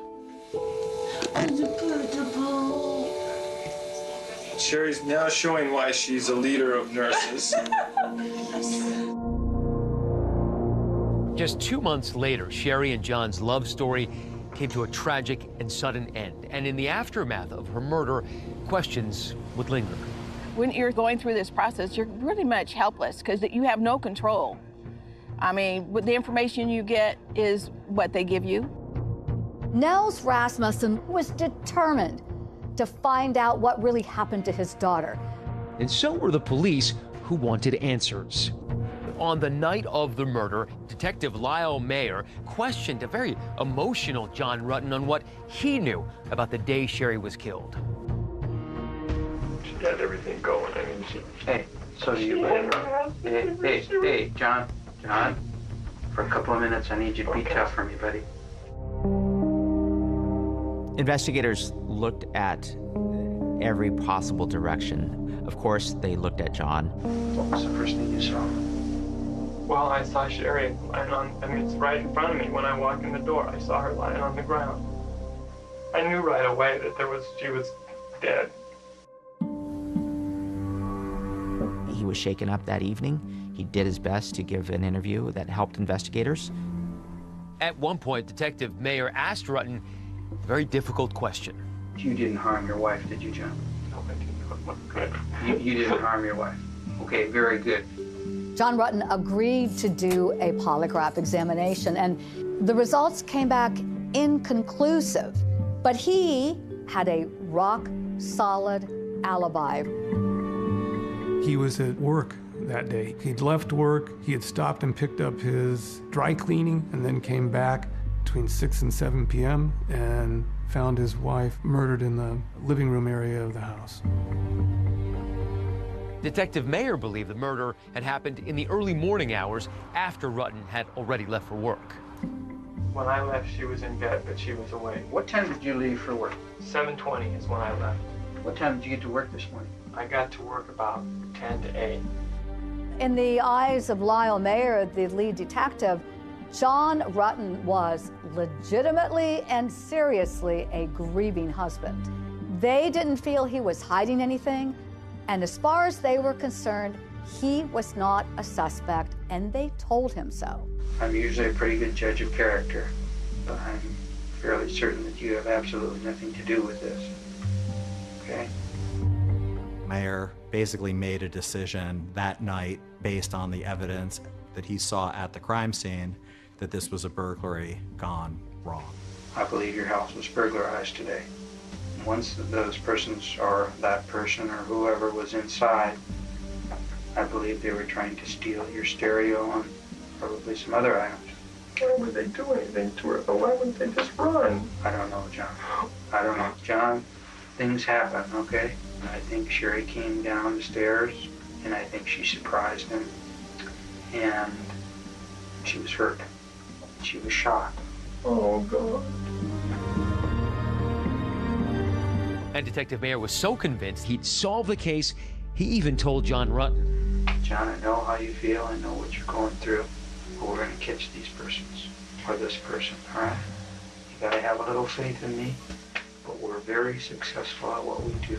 Very, very successful. At this point, detectives don't have a single witness. They have no murder weapon. They have no fingerprints. For even seasoned detectives, there's a lot of work ahead. But there will soon be a break in the case. These are sketches that were LAPD issued. Right. Would another home invasion in the same neighborhood lead investigators to Sherri's killers?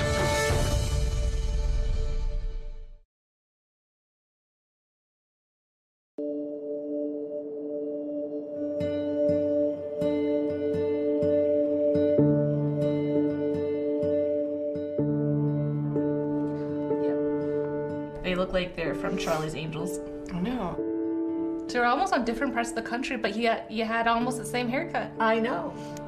I was still in the stage of shock that this could happen to my sister.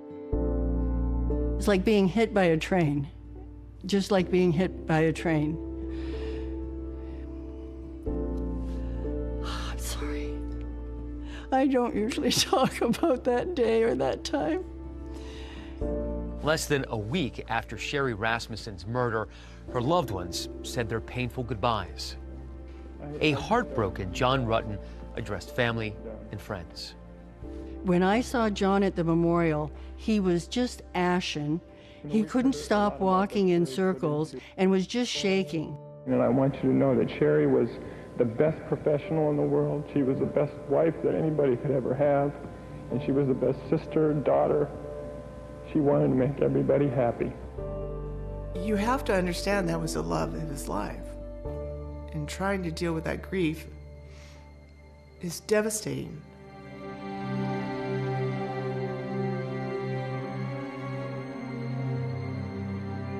Back then, investigators wasted no time theorizing what they think happened to Sherri Rasmussen. They looked at the crime scene. It looked like a burglary, smelled like a burglary. Not long after Sherri's murder, investigators jump on a new lead. There's been another burglary here in this same Van Nuys neighborhood with a similar MO. That burglary was interrupted by a woman coming home, seeing two men in her house, one of whom had a gun, and they fled, and witness sketches were produced of those suspects. These are sketches that were LAPD issued. Right. These composites were attached to this case. They started to utilize that sketch in this case to see if the persons that were responsible for Sherri's death were the same people that were depicted in that sketch. Were they ever arrested? Were they ever found? No, it might as well have been me and you. Despite these suspects, there was literally nothing that could tie anyone directly to the murder of Sherri Rasmussen. On the surface, it appeared to be a burglary gone wrong, but not everyone was convinced. How soon was it after the murder that your father and your mother started to think that maybe this wasn't a robbery like police were saying? The very day we went to the Van Nuys Police Department. That first day? It didn't make sense that they wouldn't take anything other than the car and yet fight with her to the extent of her death. Sherri's father, Nels, believed that there was another reason behind the murder because he says Sherri told him about a series of disturbing events in the weeks and months leading up to her death. My father told the police about an incident of a nurse that didn't get promoted, and then she was upset with Sherri, and then so she sort of got into an argument with Sherri. She felt that she had damage to her car, so when Sherri was murdered, that certainly came up to the forefront of my dad's mind that maybe that conflict accelerated. According to family members, there was another woman who raised alarm bells for her, an ex-girlfriend of John Rutten.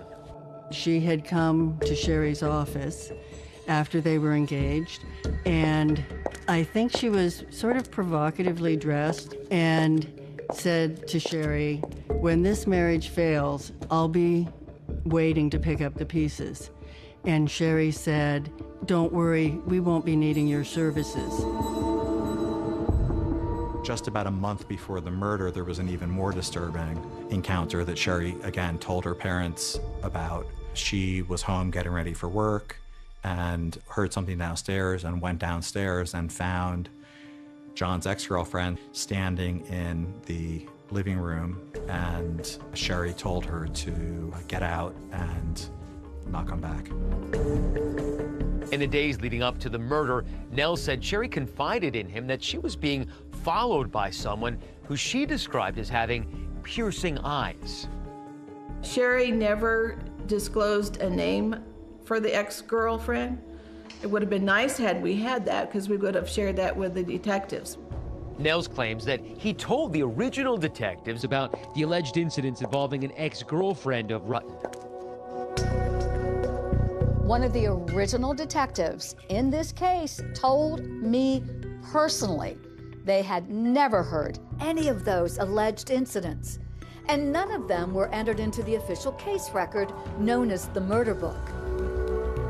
The single most important document in an LAPD homicide investigation is the murder book, and it's basically the place where any investigative work that is conducted, any step that is performed, everything needs to be committed to writing. And the reason that it's so important is that homicide is obviously a case with no statute of limitations.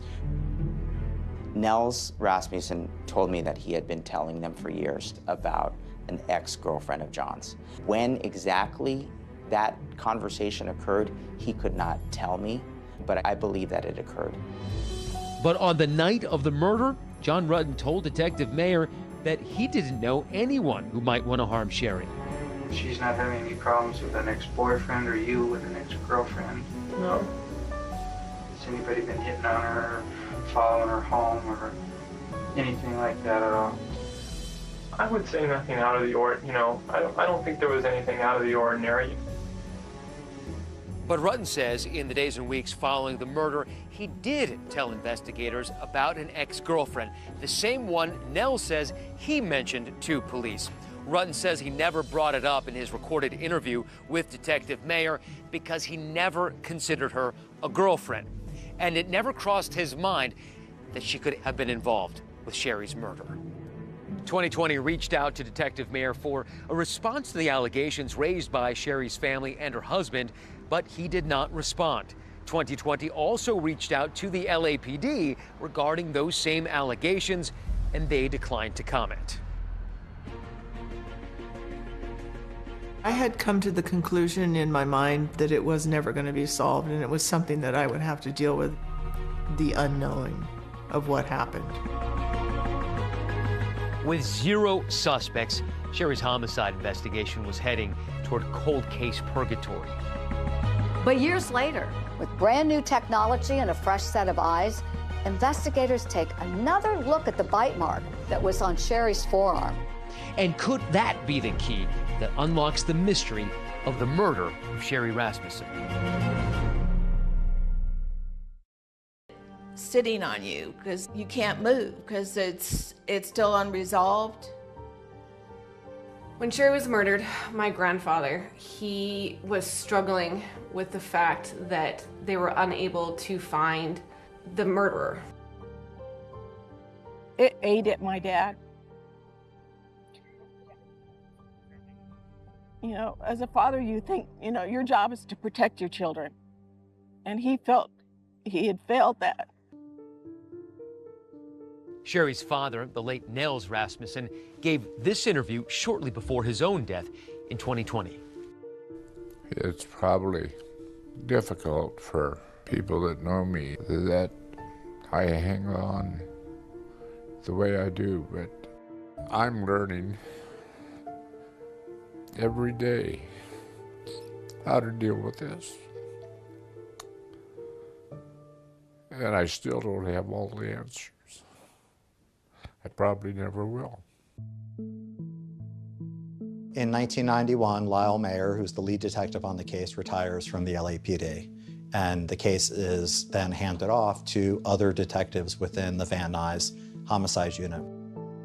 There were no active leads or items that were coming in at the time that were giving investigators new avenues to pursue.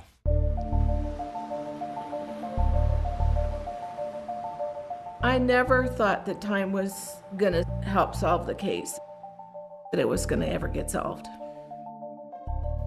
After Sherri's murder, time seemed to stand still for her family.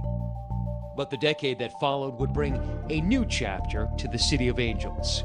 The beating of Rodney King. O.J. Simpson, who's a fugitive. Freeway that collapsed. Not guilty of the crime of murder. Lyle and Eric Menendez found guilty. Smalls was shot several times. The impact of El Nino. The Staples Center is just amazing. All beautiful and brand new. Mr. Gore, the Democratic nominee, is in Los Angeles. The Lakers gave LA one more thrill. 2001 was also a pivotal year for the Los Angeles Police Department, marking the launch of the LAPD's cold case unit. That year, detectives were handed over 9,000 unsolved murders spanning more than 2 decades. And Sherri Rasmussen's case was one of them. I was a detective with the Los Angeles Police Department on the cold case squad. Her case was one of the last cases I looked at. In 2001, Detective Cliff Shepard would oversee the Rasmussen cold case investigation. Why does a case like this go cold for so long? Manpower, our priorities within the police department. In fact, Shepard says Sherri's case had barely been touched for 10 years. Up to that point, nobody else had looked at it other than Mayor and myself, really. To get started, Shepard said, he made copies of select files from the Rasmussen murder book, creating his own Cliff's Notes. Why not just take the murder book so you have all the evidence with you? Yeah, well, yes and no. Our problem was space. We were in a little office. It wasn't practical to take the entire murder book. Breathing life into an old case is no easy feat, especially when you don't have all the evidence. Like a key piece of evidence relating to that bite mark found on Sherri's arm. When I was going back over the reports, they indicate that a bite swab had been collected. And when I looked at the evidence, no evidence for a bite swab. So I checked with our property. They verified they did not have the swab booked with our evidence room. There's no record of it. Generally speaking, how often does evidence go missing from a case file? Extremely rarely, because there are professionals in the evidence rooms. There are professionals at the labs. They document everything. To track down the swab, Shepard enlisted the help of Jennifer Francis, a criminalist at LAPD's Scientific Investigation Division. And she had to make several calls and several searches had to be made before eventually the bite mark swab was located. Investigators are able to track down that missing bite mark evidence recovered from the murder scene. And the cold case team finds it here in a freezer at the LA County Medical Examiner's office. The reason why it was way back in the freezer is because all those years ago it had been tested for blood type. And there it stayed all that time. By 2001, DNA technology had come into its own, so Francis sent out the swab for analysis.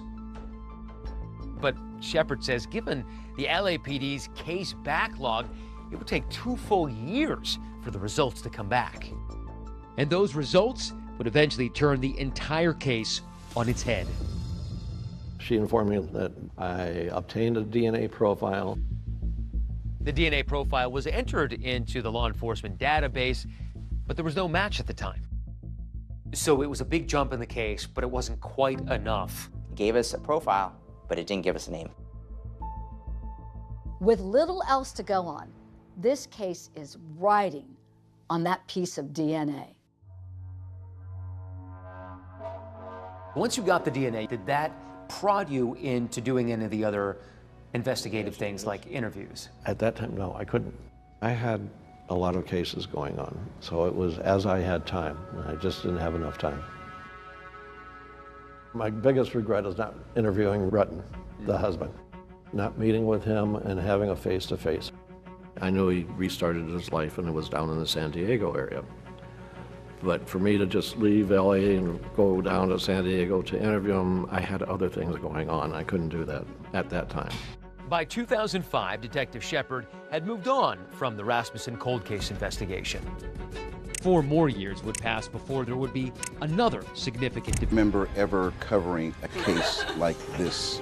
Sex, lies, law enforcement, innocent victim. Because what you could tell from the crime scene, there was an assailant, but that Sherri fought back. Oh, she did. Incredible vigor and strength. Absolutely, she did. If I grab your arm, yeah, and you want to release my hand, what's very close exacts it. So Sherri Rasmussen knows this is a life and death situation. Sherri tries to escape. The co-counsel summarized the case as a bite, a bullet, a gun barrel, and a broken heart.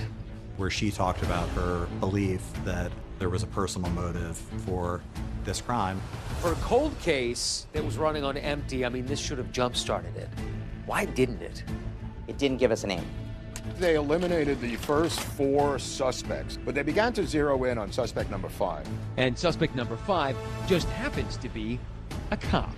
Can you imagine that moment? After all these years, the answer is behind a badge. It's crazy that you've been working just down the hall from the murderer you'd been looking for years. Yes. 1986, DNA testing was just in its infancy. Detectives don't have a single witness. They have no murder weapon. Nobody really saw anything. Detectives at the time characterized it as a burglary gone wrong. And the trail went cold for 15 years. But in 2001, the LAPD formed a new cold case unit to look into cases that would qualify for DNA testing. Investigators had reignited that cold case on the back of DNA evidence stored here. Criminalist Jennifer Francis, who'd been instrumental in tracking down and testing the bite mark swab, had a stunning revelation. It was female DNA. I assumed it was going to be burglars, male burglars. A female? Who is she? Once you got the DNA, you realized it was a woman. Were you curious about the fact that a woman might have been involved? I was curious what woman. This could be the break that the LAPD needs. I think there are times that we felt Sherri's case would never be solved, but with the results of the DNA, it gave us renewed hope that Sherri's killer would be brought to justice. The DNA analysis that revealed Sherri was bitten by a woman seemed not to have any effect on the direction of the LAPD's investigation. Because what you could tell from the crime scene is that grabs the attention of detectives. Rutten told Detective Nuttall about an old friend and former romantic partner named Stephanie Lazarus. Once number 5 was developed by Detective Nuttall, Detective Nuttall spoke to John Rutten again to learn a little bit more about his connection with Stephanie Lazarus. We want to walk you through a timeline. It's very important. Starting, we believe we're close, but we'll have to have you kind of spell this out for us. Rutten tells Detective Nuttall that Stephanie Lazarus is a name he's already given to detectives decades earlier. I know that she went to go see Sherri, and I know that she was upset, that we weren't going to have the relationship. That's the reason for identifying her. So that's the reason I identified her 23 years ago, when we talked. One of my concerns is that was never, appears to be recorded. And we know files. I'm not trying to be inflammatory. There's a certain level of frustration on our part. Yeah, More should have been documented. We're now forced 23 years later to literally almost start over again because we lack the documentation that would have been crucial in this case. There's no official record of Rutten mentioning Lazarus at the onset of the investigation, but there's a single reference made in the case file nearly 2 years after the murder.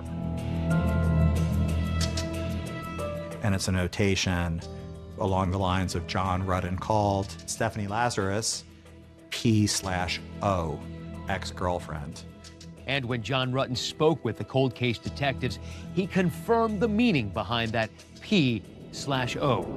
I gave him the name and I said she's a police officer. Not only was Lazarus a police officer, but she's still on active duty as a detective. Think about this.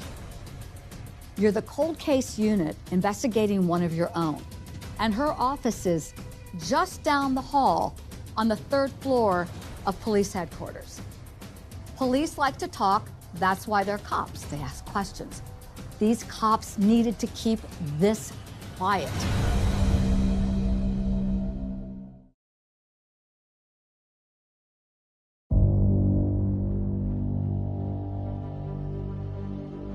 For over 2 decades, Sherri Rasmussen's murder went unsolved. Until 2009, when cold case investigators began zeroing in on Stephanie Lazarus, a 25-year veteran of the LAPD.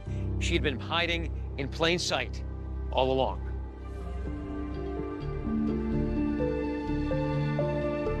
She presented herself as very smart, capable, athletic. She was a Division I athlete. Lazarus's connection to the Rasmussen case was through Sherri's husband. Her history with John Rutten went back more than 30 years when they first met as students at UCLA. And Stephanie made no bones about the fact that she envisioned a big romantic future with John Rutten. The problem is that John has never, in his own words, looked at her in the same way. After Stephanie graduated from UCLA, she joined the LAPD in the early 1980s. At a time when the department was striving to bring more women onto the police force. She seemed to excel and do well in specialized assignments, but it was always competitive. And that competitive fire, coupled with being a stellar athlete, was a perfect entree for Lazarus to participate in the California Police Olympics. The California Police Olympics were an athletic competition open to police officers throughout the state.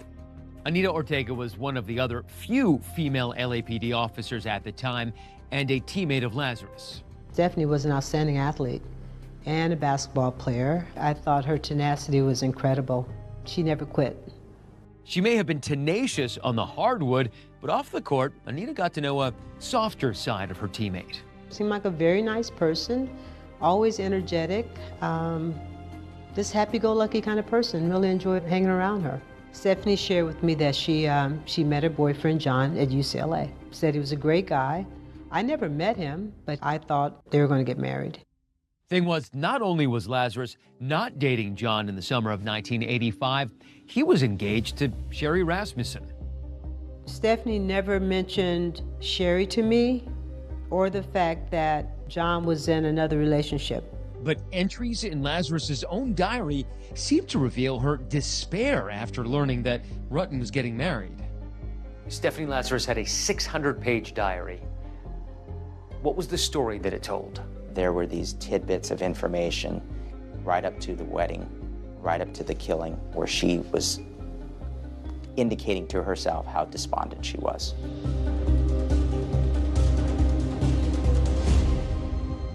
Despite her apparent inner turmoil, to outside appearances, Lazarus seemed upbeat and happy. She had a really nice smile, bright eyes, just a real positive kind of personality about her. Fitness trainer Brian Brazzi says he had an immediate connection with Lazarus, but then just a few weeks after meeting, Brazzi says there's an odd encounter at his apartment. There was a knock on my door. 2 female police officers fully uniformed at my door, Stephanie Lazarus being one of them, showing up unannounced. I had never given her my address. Brazzi says it's an uncomfortable moment, and he doesn't invite the women into his one-room studio apartment. Stephanie had shown up for reasons unknown, he says, and just as quickly, she leaves. I really didn't know what to say or how to react. Brazzi says despite his discomfort over that visit, the two decided to go out on a date anyway. But when he later had to break the date, Brazzi says he saw a different side of Lazarus. The next time I saw her, the look that she gave me was like just dark and menacing, and I just kind of stopped in my tracks. By the spring of 1986, after Sherri Rasmussen's murder, Lazarus's career at the LAPD was thriving. Daryl Gates and the rest of the LAPD brass loved Stephanie Lazarus because having her face out there, her exuberance, her athleticism, it got people excited. She was a walking, talking recruitment drive. She even made an appearance on the game show Family Feud, pitted against arch rivals, the LA Fire Department. She continued on an upward trajectory, and she became a detective for the Los Angeles Police Department. In 1992, she was assigned to the Personnel Division as a background investigator, someone interviewing and passing judgment on applicants to the LAPD. It seems eventually Stephanie puts John Rutten behind her. She marries another police officer, and the couple adopt a beautiful young daughter. One of her last assignments was to be assigned to the art theft detail, a very specialized division. The art theft detail investigated anything that was of value that was stolen as art. At the time, the unit was the only one of its kind in the country, and with its rich and famous clientele, attracted local media attention. I was a contributing writer to the LA Weekly, and I had heard about Don Harisik, who ran the art theft detail. So he reluctantly agreed to do an interview with me. Also in attendance, the junior member of the unit, Detective Stephanie Lazarus. Every time I talked to Don Harisik, Stephanie Lazarus interrupted me, and she kept interjecting snide, sarcastic, and semi-humorous comments after my questions. It was extremely disruptive. I asked Detective Lazarus, what do you know about art? And her answer was, it hangs on the wall. By 2009, the future looks bright for Stephanie Lazarus. She has a family now and is working in a prestigious unit. She seemed like the happiest, luckiest person in LAPD. All seems great. She has no clue that a net is closing in around her.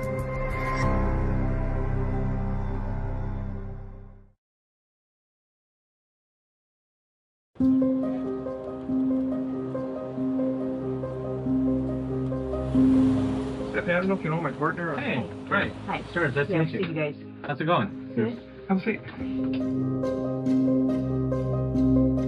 It's June of 2009, and Stephanie Lazarus has unwittingly walked into her own interrogation or the murder of Sherri Rasmussen.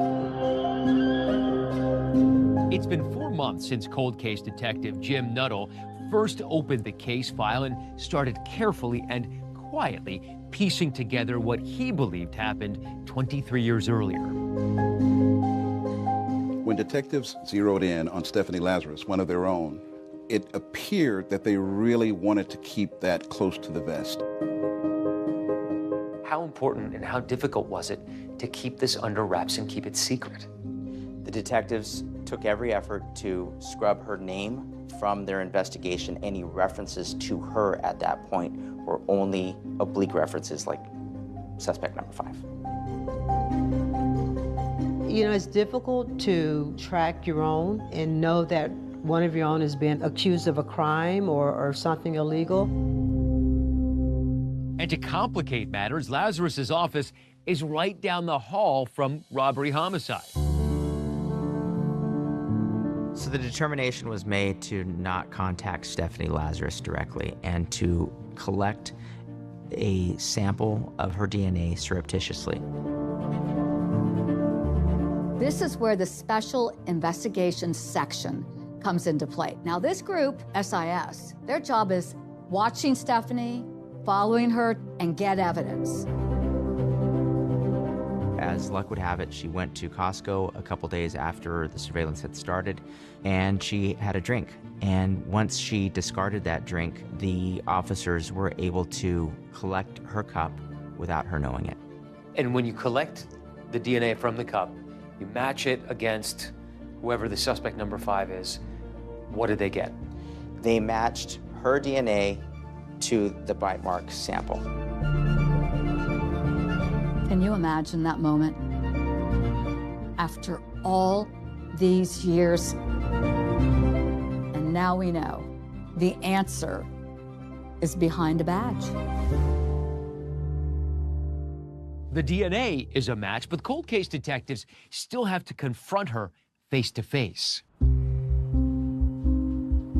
One of the detectives approaches Stephanie one day in her office, and he says something to the effect of, you know, Stephanie, we've got this suspect who seems to know about some big art heist. He's down in the lockup. We need to bring you down there. Instead, it was just another detective.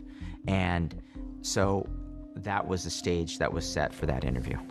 We've been assigned a case that we've been looking at. Okay. It's a new case. So through the course of this police interview with Stephanie Lazarus, they are recording. She doesn't know. Do you know John Rutten? John Rutten? Rutten. Oh, yeah, I went to school with him. What's this all about? Well, it's relating to his wife. Immediately, they start talking about the Sherri Rasmussen murder. Do you know what the circumstances were regarding her death? Jeez, let me think back. I don't know if it was, if it was a burglary or something. She's using every skill she has to talk her way out of being connected to this in any way. Connected to the crime or her old flame, John Rutten? We dated. I can't say that he was my boyfriend. I don't know that he would consider me his girlfriend. The detectives were able to get Stephanie Lazarus to confirm that she had gone to her hospital to speak with Sherri Rasmussen. And yeah, I may have met her at a hospital. But being that you're kind of used to see John, was everything okay between you guys? I mean, there wasn't anything uncomfortable or anything between you and her? I don't know. I mean, it's been so many years. You're probably a student of liars at this point in your career. Does that seem like a particularly adept liar to you? It was gold for us because we had all of the evidence that disproved everything that she was saying. Finally, when they say to her, we think we've got DNA from the crime scene, boom. Because now I'm thinking I probably need to talk to a lawyer. Okay. I mean, well, because I know how this stuff works, okay? She knows. She absolutely knows. She knows at that point that she talked way too long. And now it almost sounds like you're trying to pin something on me. when the interview ended, you can hear her getting arrested. Stephanie, you know you have the right to remain silent. Do you understand? Yes. You want to talk to us right now? No. All right. Okay. This then. is crazy. At this point, had you heard the name Stephanie Lazarus? No. The only Lazarus I knew was the man raised from the dead that Jesus did. That's it. This is the case that rose from the dead. Yeah, it did. On the third floor of Parker Center this morning, police detectives arrested one of their own. Detectives assigned to the Los Angeles Police Department's Robbery Homicide Division, Cold Case Squad, arrested Los Angeles Police Detective Stephanie Lazarus. It's crazy that you've been working just down the hall from the murderer you'd been looking for years. Yes. Stephanie Lazarus didn't quite serve and protect, did she? No. When they said it was a police officer, I went, you're kidding. Absolutely kidding. A police officer committed this crime. I couldn't imagine that. I was very shocked, but I also know how effective DNA testing is. And it kind of made me realize that, yeah, Stephanie must have committed the murder.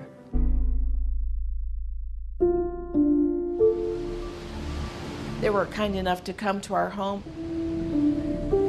and let my parents know that they had made the arrest. I mean, I cried because I was so excited, number one, that justice for my sister, but also for my dad. I was so relieved and so happy and so sad. We had waited so long, but at last. I'm totally in shock. It was just a stunning turn of events. Then a whole new chapter begins. The prosecution is armed with what appears to be rock-solid evidence. But this is LA after all, and strange things have been known to happen in court. So, you have to wonder, would a jury really believe a veteran detective is capable of committing a cold-blooded murder?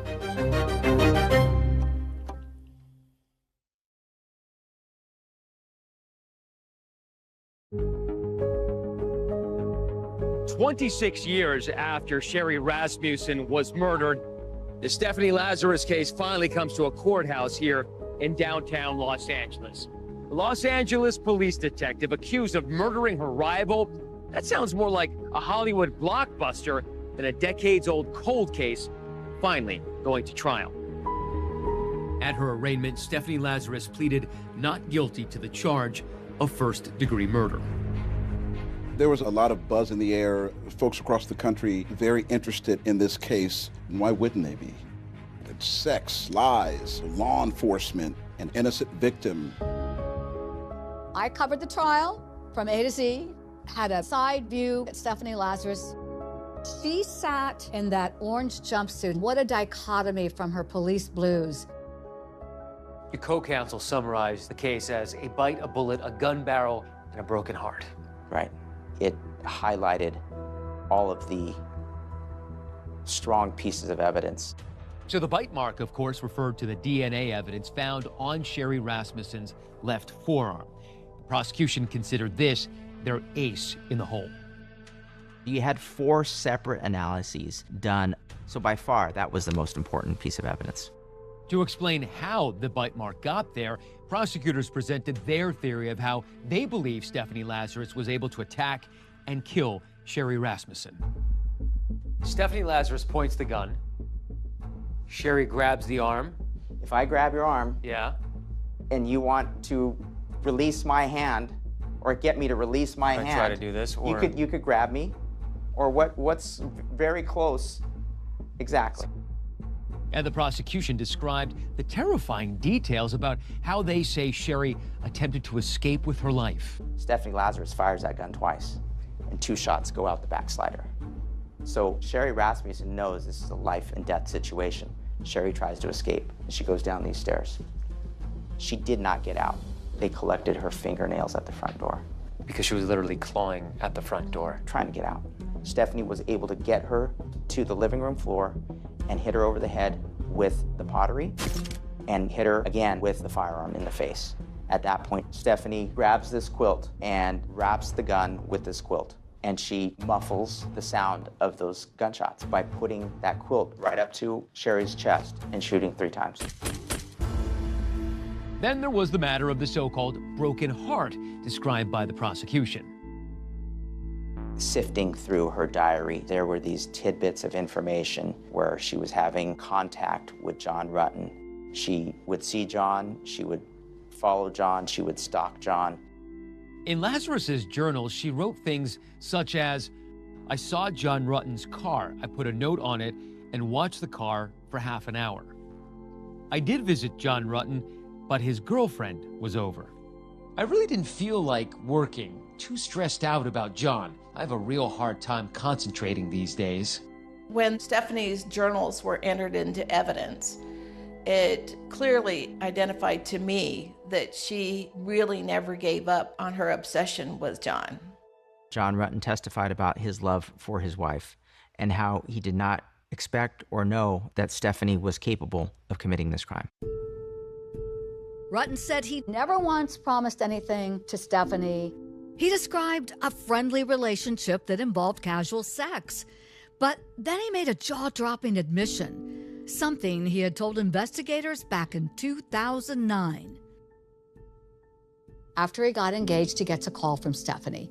He reveals that somehow they ended up in bed and had sex. When John was on the stand, I learned for the first time that he had relations with the defendant shortly before marrying my sister, and that was very devastating. When it came time for the defense to present its case, Lazarus's attorney, Mark Overland, tried to cast doubt on the chain of custody on the bite mark swab, suggesting that the evidence was tainted and Lazarus may have been framed. The envelope that the vial was stored in was found in a pretty ratty condition. He showed it to the jury. Would you trust this? You don't know who opened that vial. The strength of this evidence is that each piece was collected over a course of a long period of time, which would have made framing Stephanie Lazarus extremely implausible, if not impossible. In his closing argument, defense attorney Mark Overland claimed those journal entries didn't amount to obsession, arguing John was mentioned only 5 times among almost 600 pages. After almost 3 weeks of trial, the case went to the jury. They returned with a verdict in less than 2 days. We, the jury, in the above-entitled action, find the defendant, Stephanie Eileen Lazarus, guilty of the crime of murder of Sherri Rasmussen. It was just like a rush of relief that it's over. Relief for my father that he finally was vindicated and he had his answers. Stephanie Lazarus' sentencing hearing was held in March of 2012. So People versus Stephanie Lazarus. Matter is set today for sentencing. A statement from Nels Rasmussen was read by the prosecutor. Sherri was a beautiful, talented, gifted person and a loving daughter. Her senseless death caused pain that will never, ever heal. And John Rutten tried to describe the heavy burden it seems he will carry for the rest of his life. I'm John Rutten. The fact that Sherri's death occurred because she met and married me brings me to my knees. I have resigned myself to trying to endure the daydreams about a world where Sherri is still with us, and this pointless tragedy never occurred. Thank you, Mr. Rutten. The judge is about to announce Stephanie Lazarus' sentence for first-degree murder and use of a gun. Court will now pronounce sentence. But this case is far from over. Sherri Rasmussen's friends and family have no idea about the shocking turn of events that await them in the not-too-distant future. Will a killer walk free?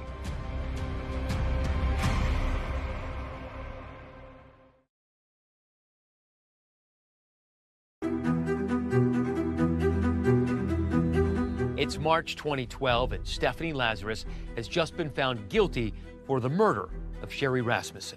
Never admitting guilt, Lazarus waved goodbye and smiled to her family as she left the courtroom. What was her sentence? She received 25 to life first-degree murder and 2 years for the use of a gun. There had never been an arrest of an active LAPD detective for murder under circumstances this salacious, a cold case. And once the Rasmussens stepped forward, allegations of a cover-up.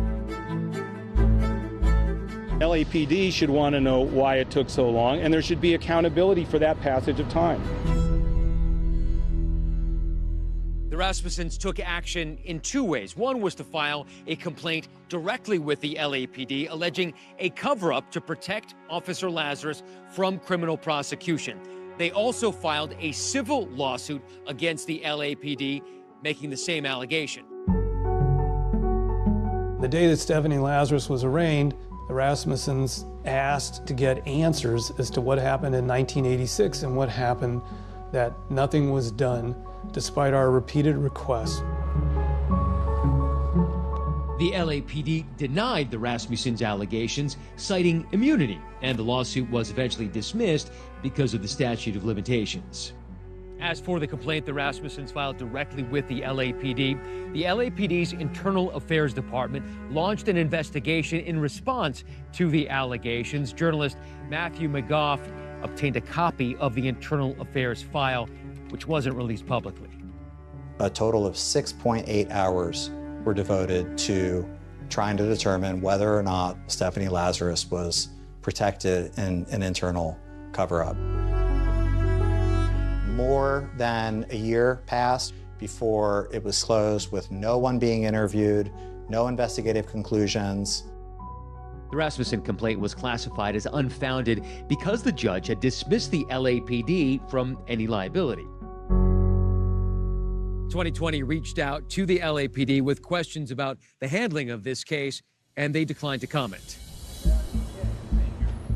While the Rasmussen family continued to raise questions about why Lazarus was not arrested for so long, they were certain that she'd spent at least decades behind bars.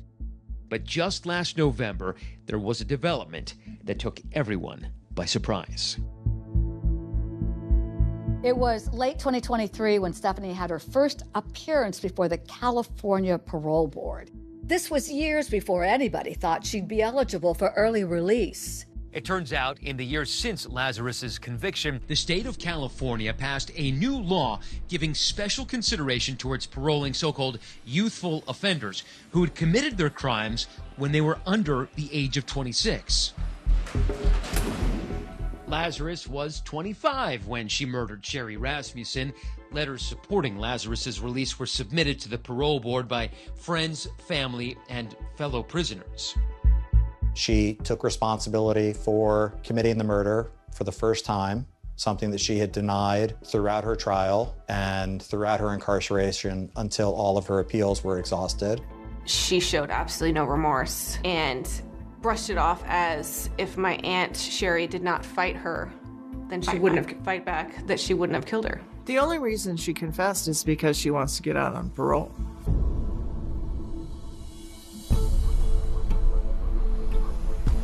And at the conclusion of that parole hearing, Lazarus, to the outrage of many, was granted parole. What was your reaction to her being granted this parole? It was a miscarriage of justice. However, before that decision became final, California Governor Gavin Newsom intervened in the case and requested it go to the full parole board for reconsideration. Have you made it your mission to try to keep Stephanie Lazarus behind bars? Yes. I mean, I'm going to do everything in my power. In a follow-up hearing with the full parole board, Sherri's supporters came out in force to argue against Lazarus's release. Moderator, we will now take speakers in opposition to Stephanie Lazarus. She deceived and lied to everyone for almost 40 years. How can this board believe that she has changed? Before he died, Sherri's father, Nels Rasmussen, recorded a video message to be played in the event that Stephanie Lazarus ever came up for parole. If one looks at the damage that she did to my daughter's face, it's almost like she wanted to destroy the beauty that Sherri exuded. The board's earlier decision to approve parole was put on hold pending yet another review. I say expect the worst and prepare for our next step when that happens. And what's that next step? Just keep fighting. For the family and everyone else concerned, the day has arrived where we'll find out if Stephanie Lazarus is released or remains behind bars.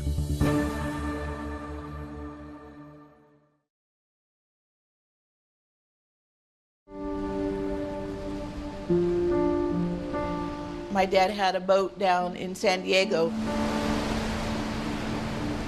We enjoyed the ocean and the beaches. Was part of your father lost when the killer wasn't found? I think I would say yes. I mean, she was just glued to my dad. We have lots of pictures of them just arm in arm. And he never stopped fighting for her? Nope, never.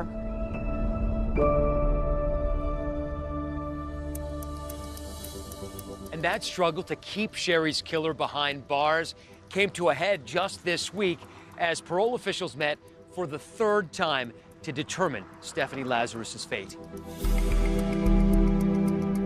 I served as the pool reporter for the parole rescission hearing held for Stephanie Lazarus. After Lazarus, her attorney, and all the victim's family and representatives had spoken, the commissioners announced that they would adjourn to deliberate, and after about 25 minutes or so, announced their decision. Stephanie Lazarus will not be released from prison, at least for now. A panel decided to rescind her parole. The parole board's decision in the hearing was unanimous. Lazarus did not speak about the crime itself or express any remorse to the family members of Sherri who were there. She was denied parole. It's most likely that she would appeal it and ask for another parole hearing every year.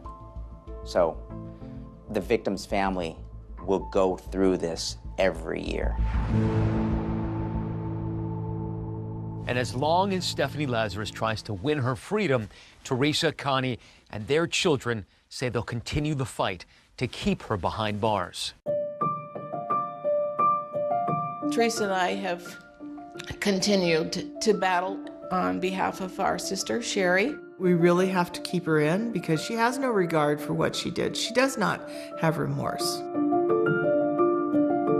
I remember promising my grandparents that we would always continue the fight. We're fortunate enough to have 3 children, all girls. Sherri was the middle one. But in many respects, Sherri was the one that held not only her sisters together, but her mom and dad.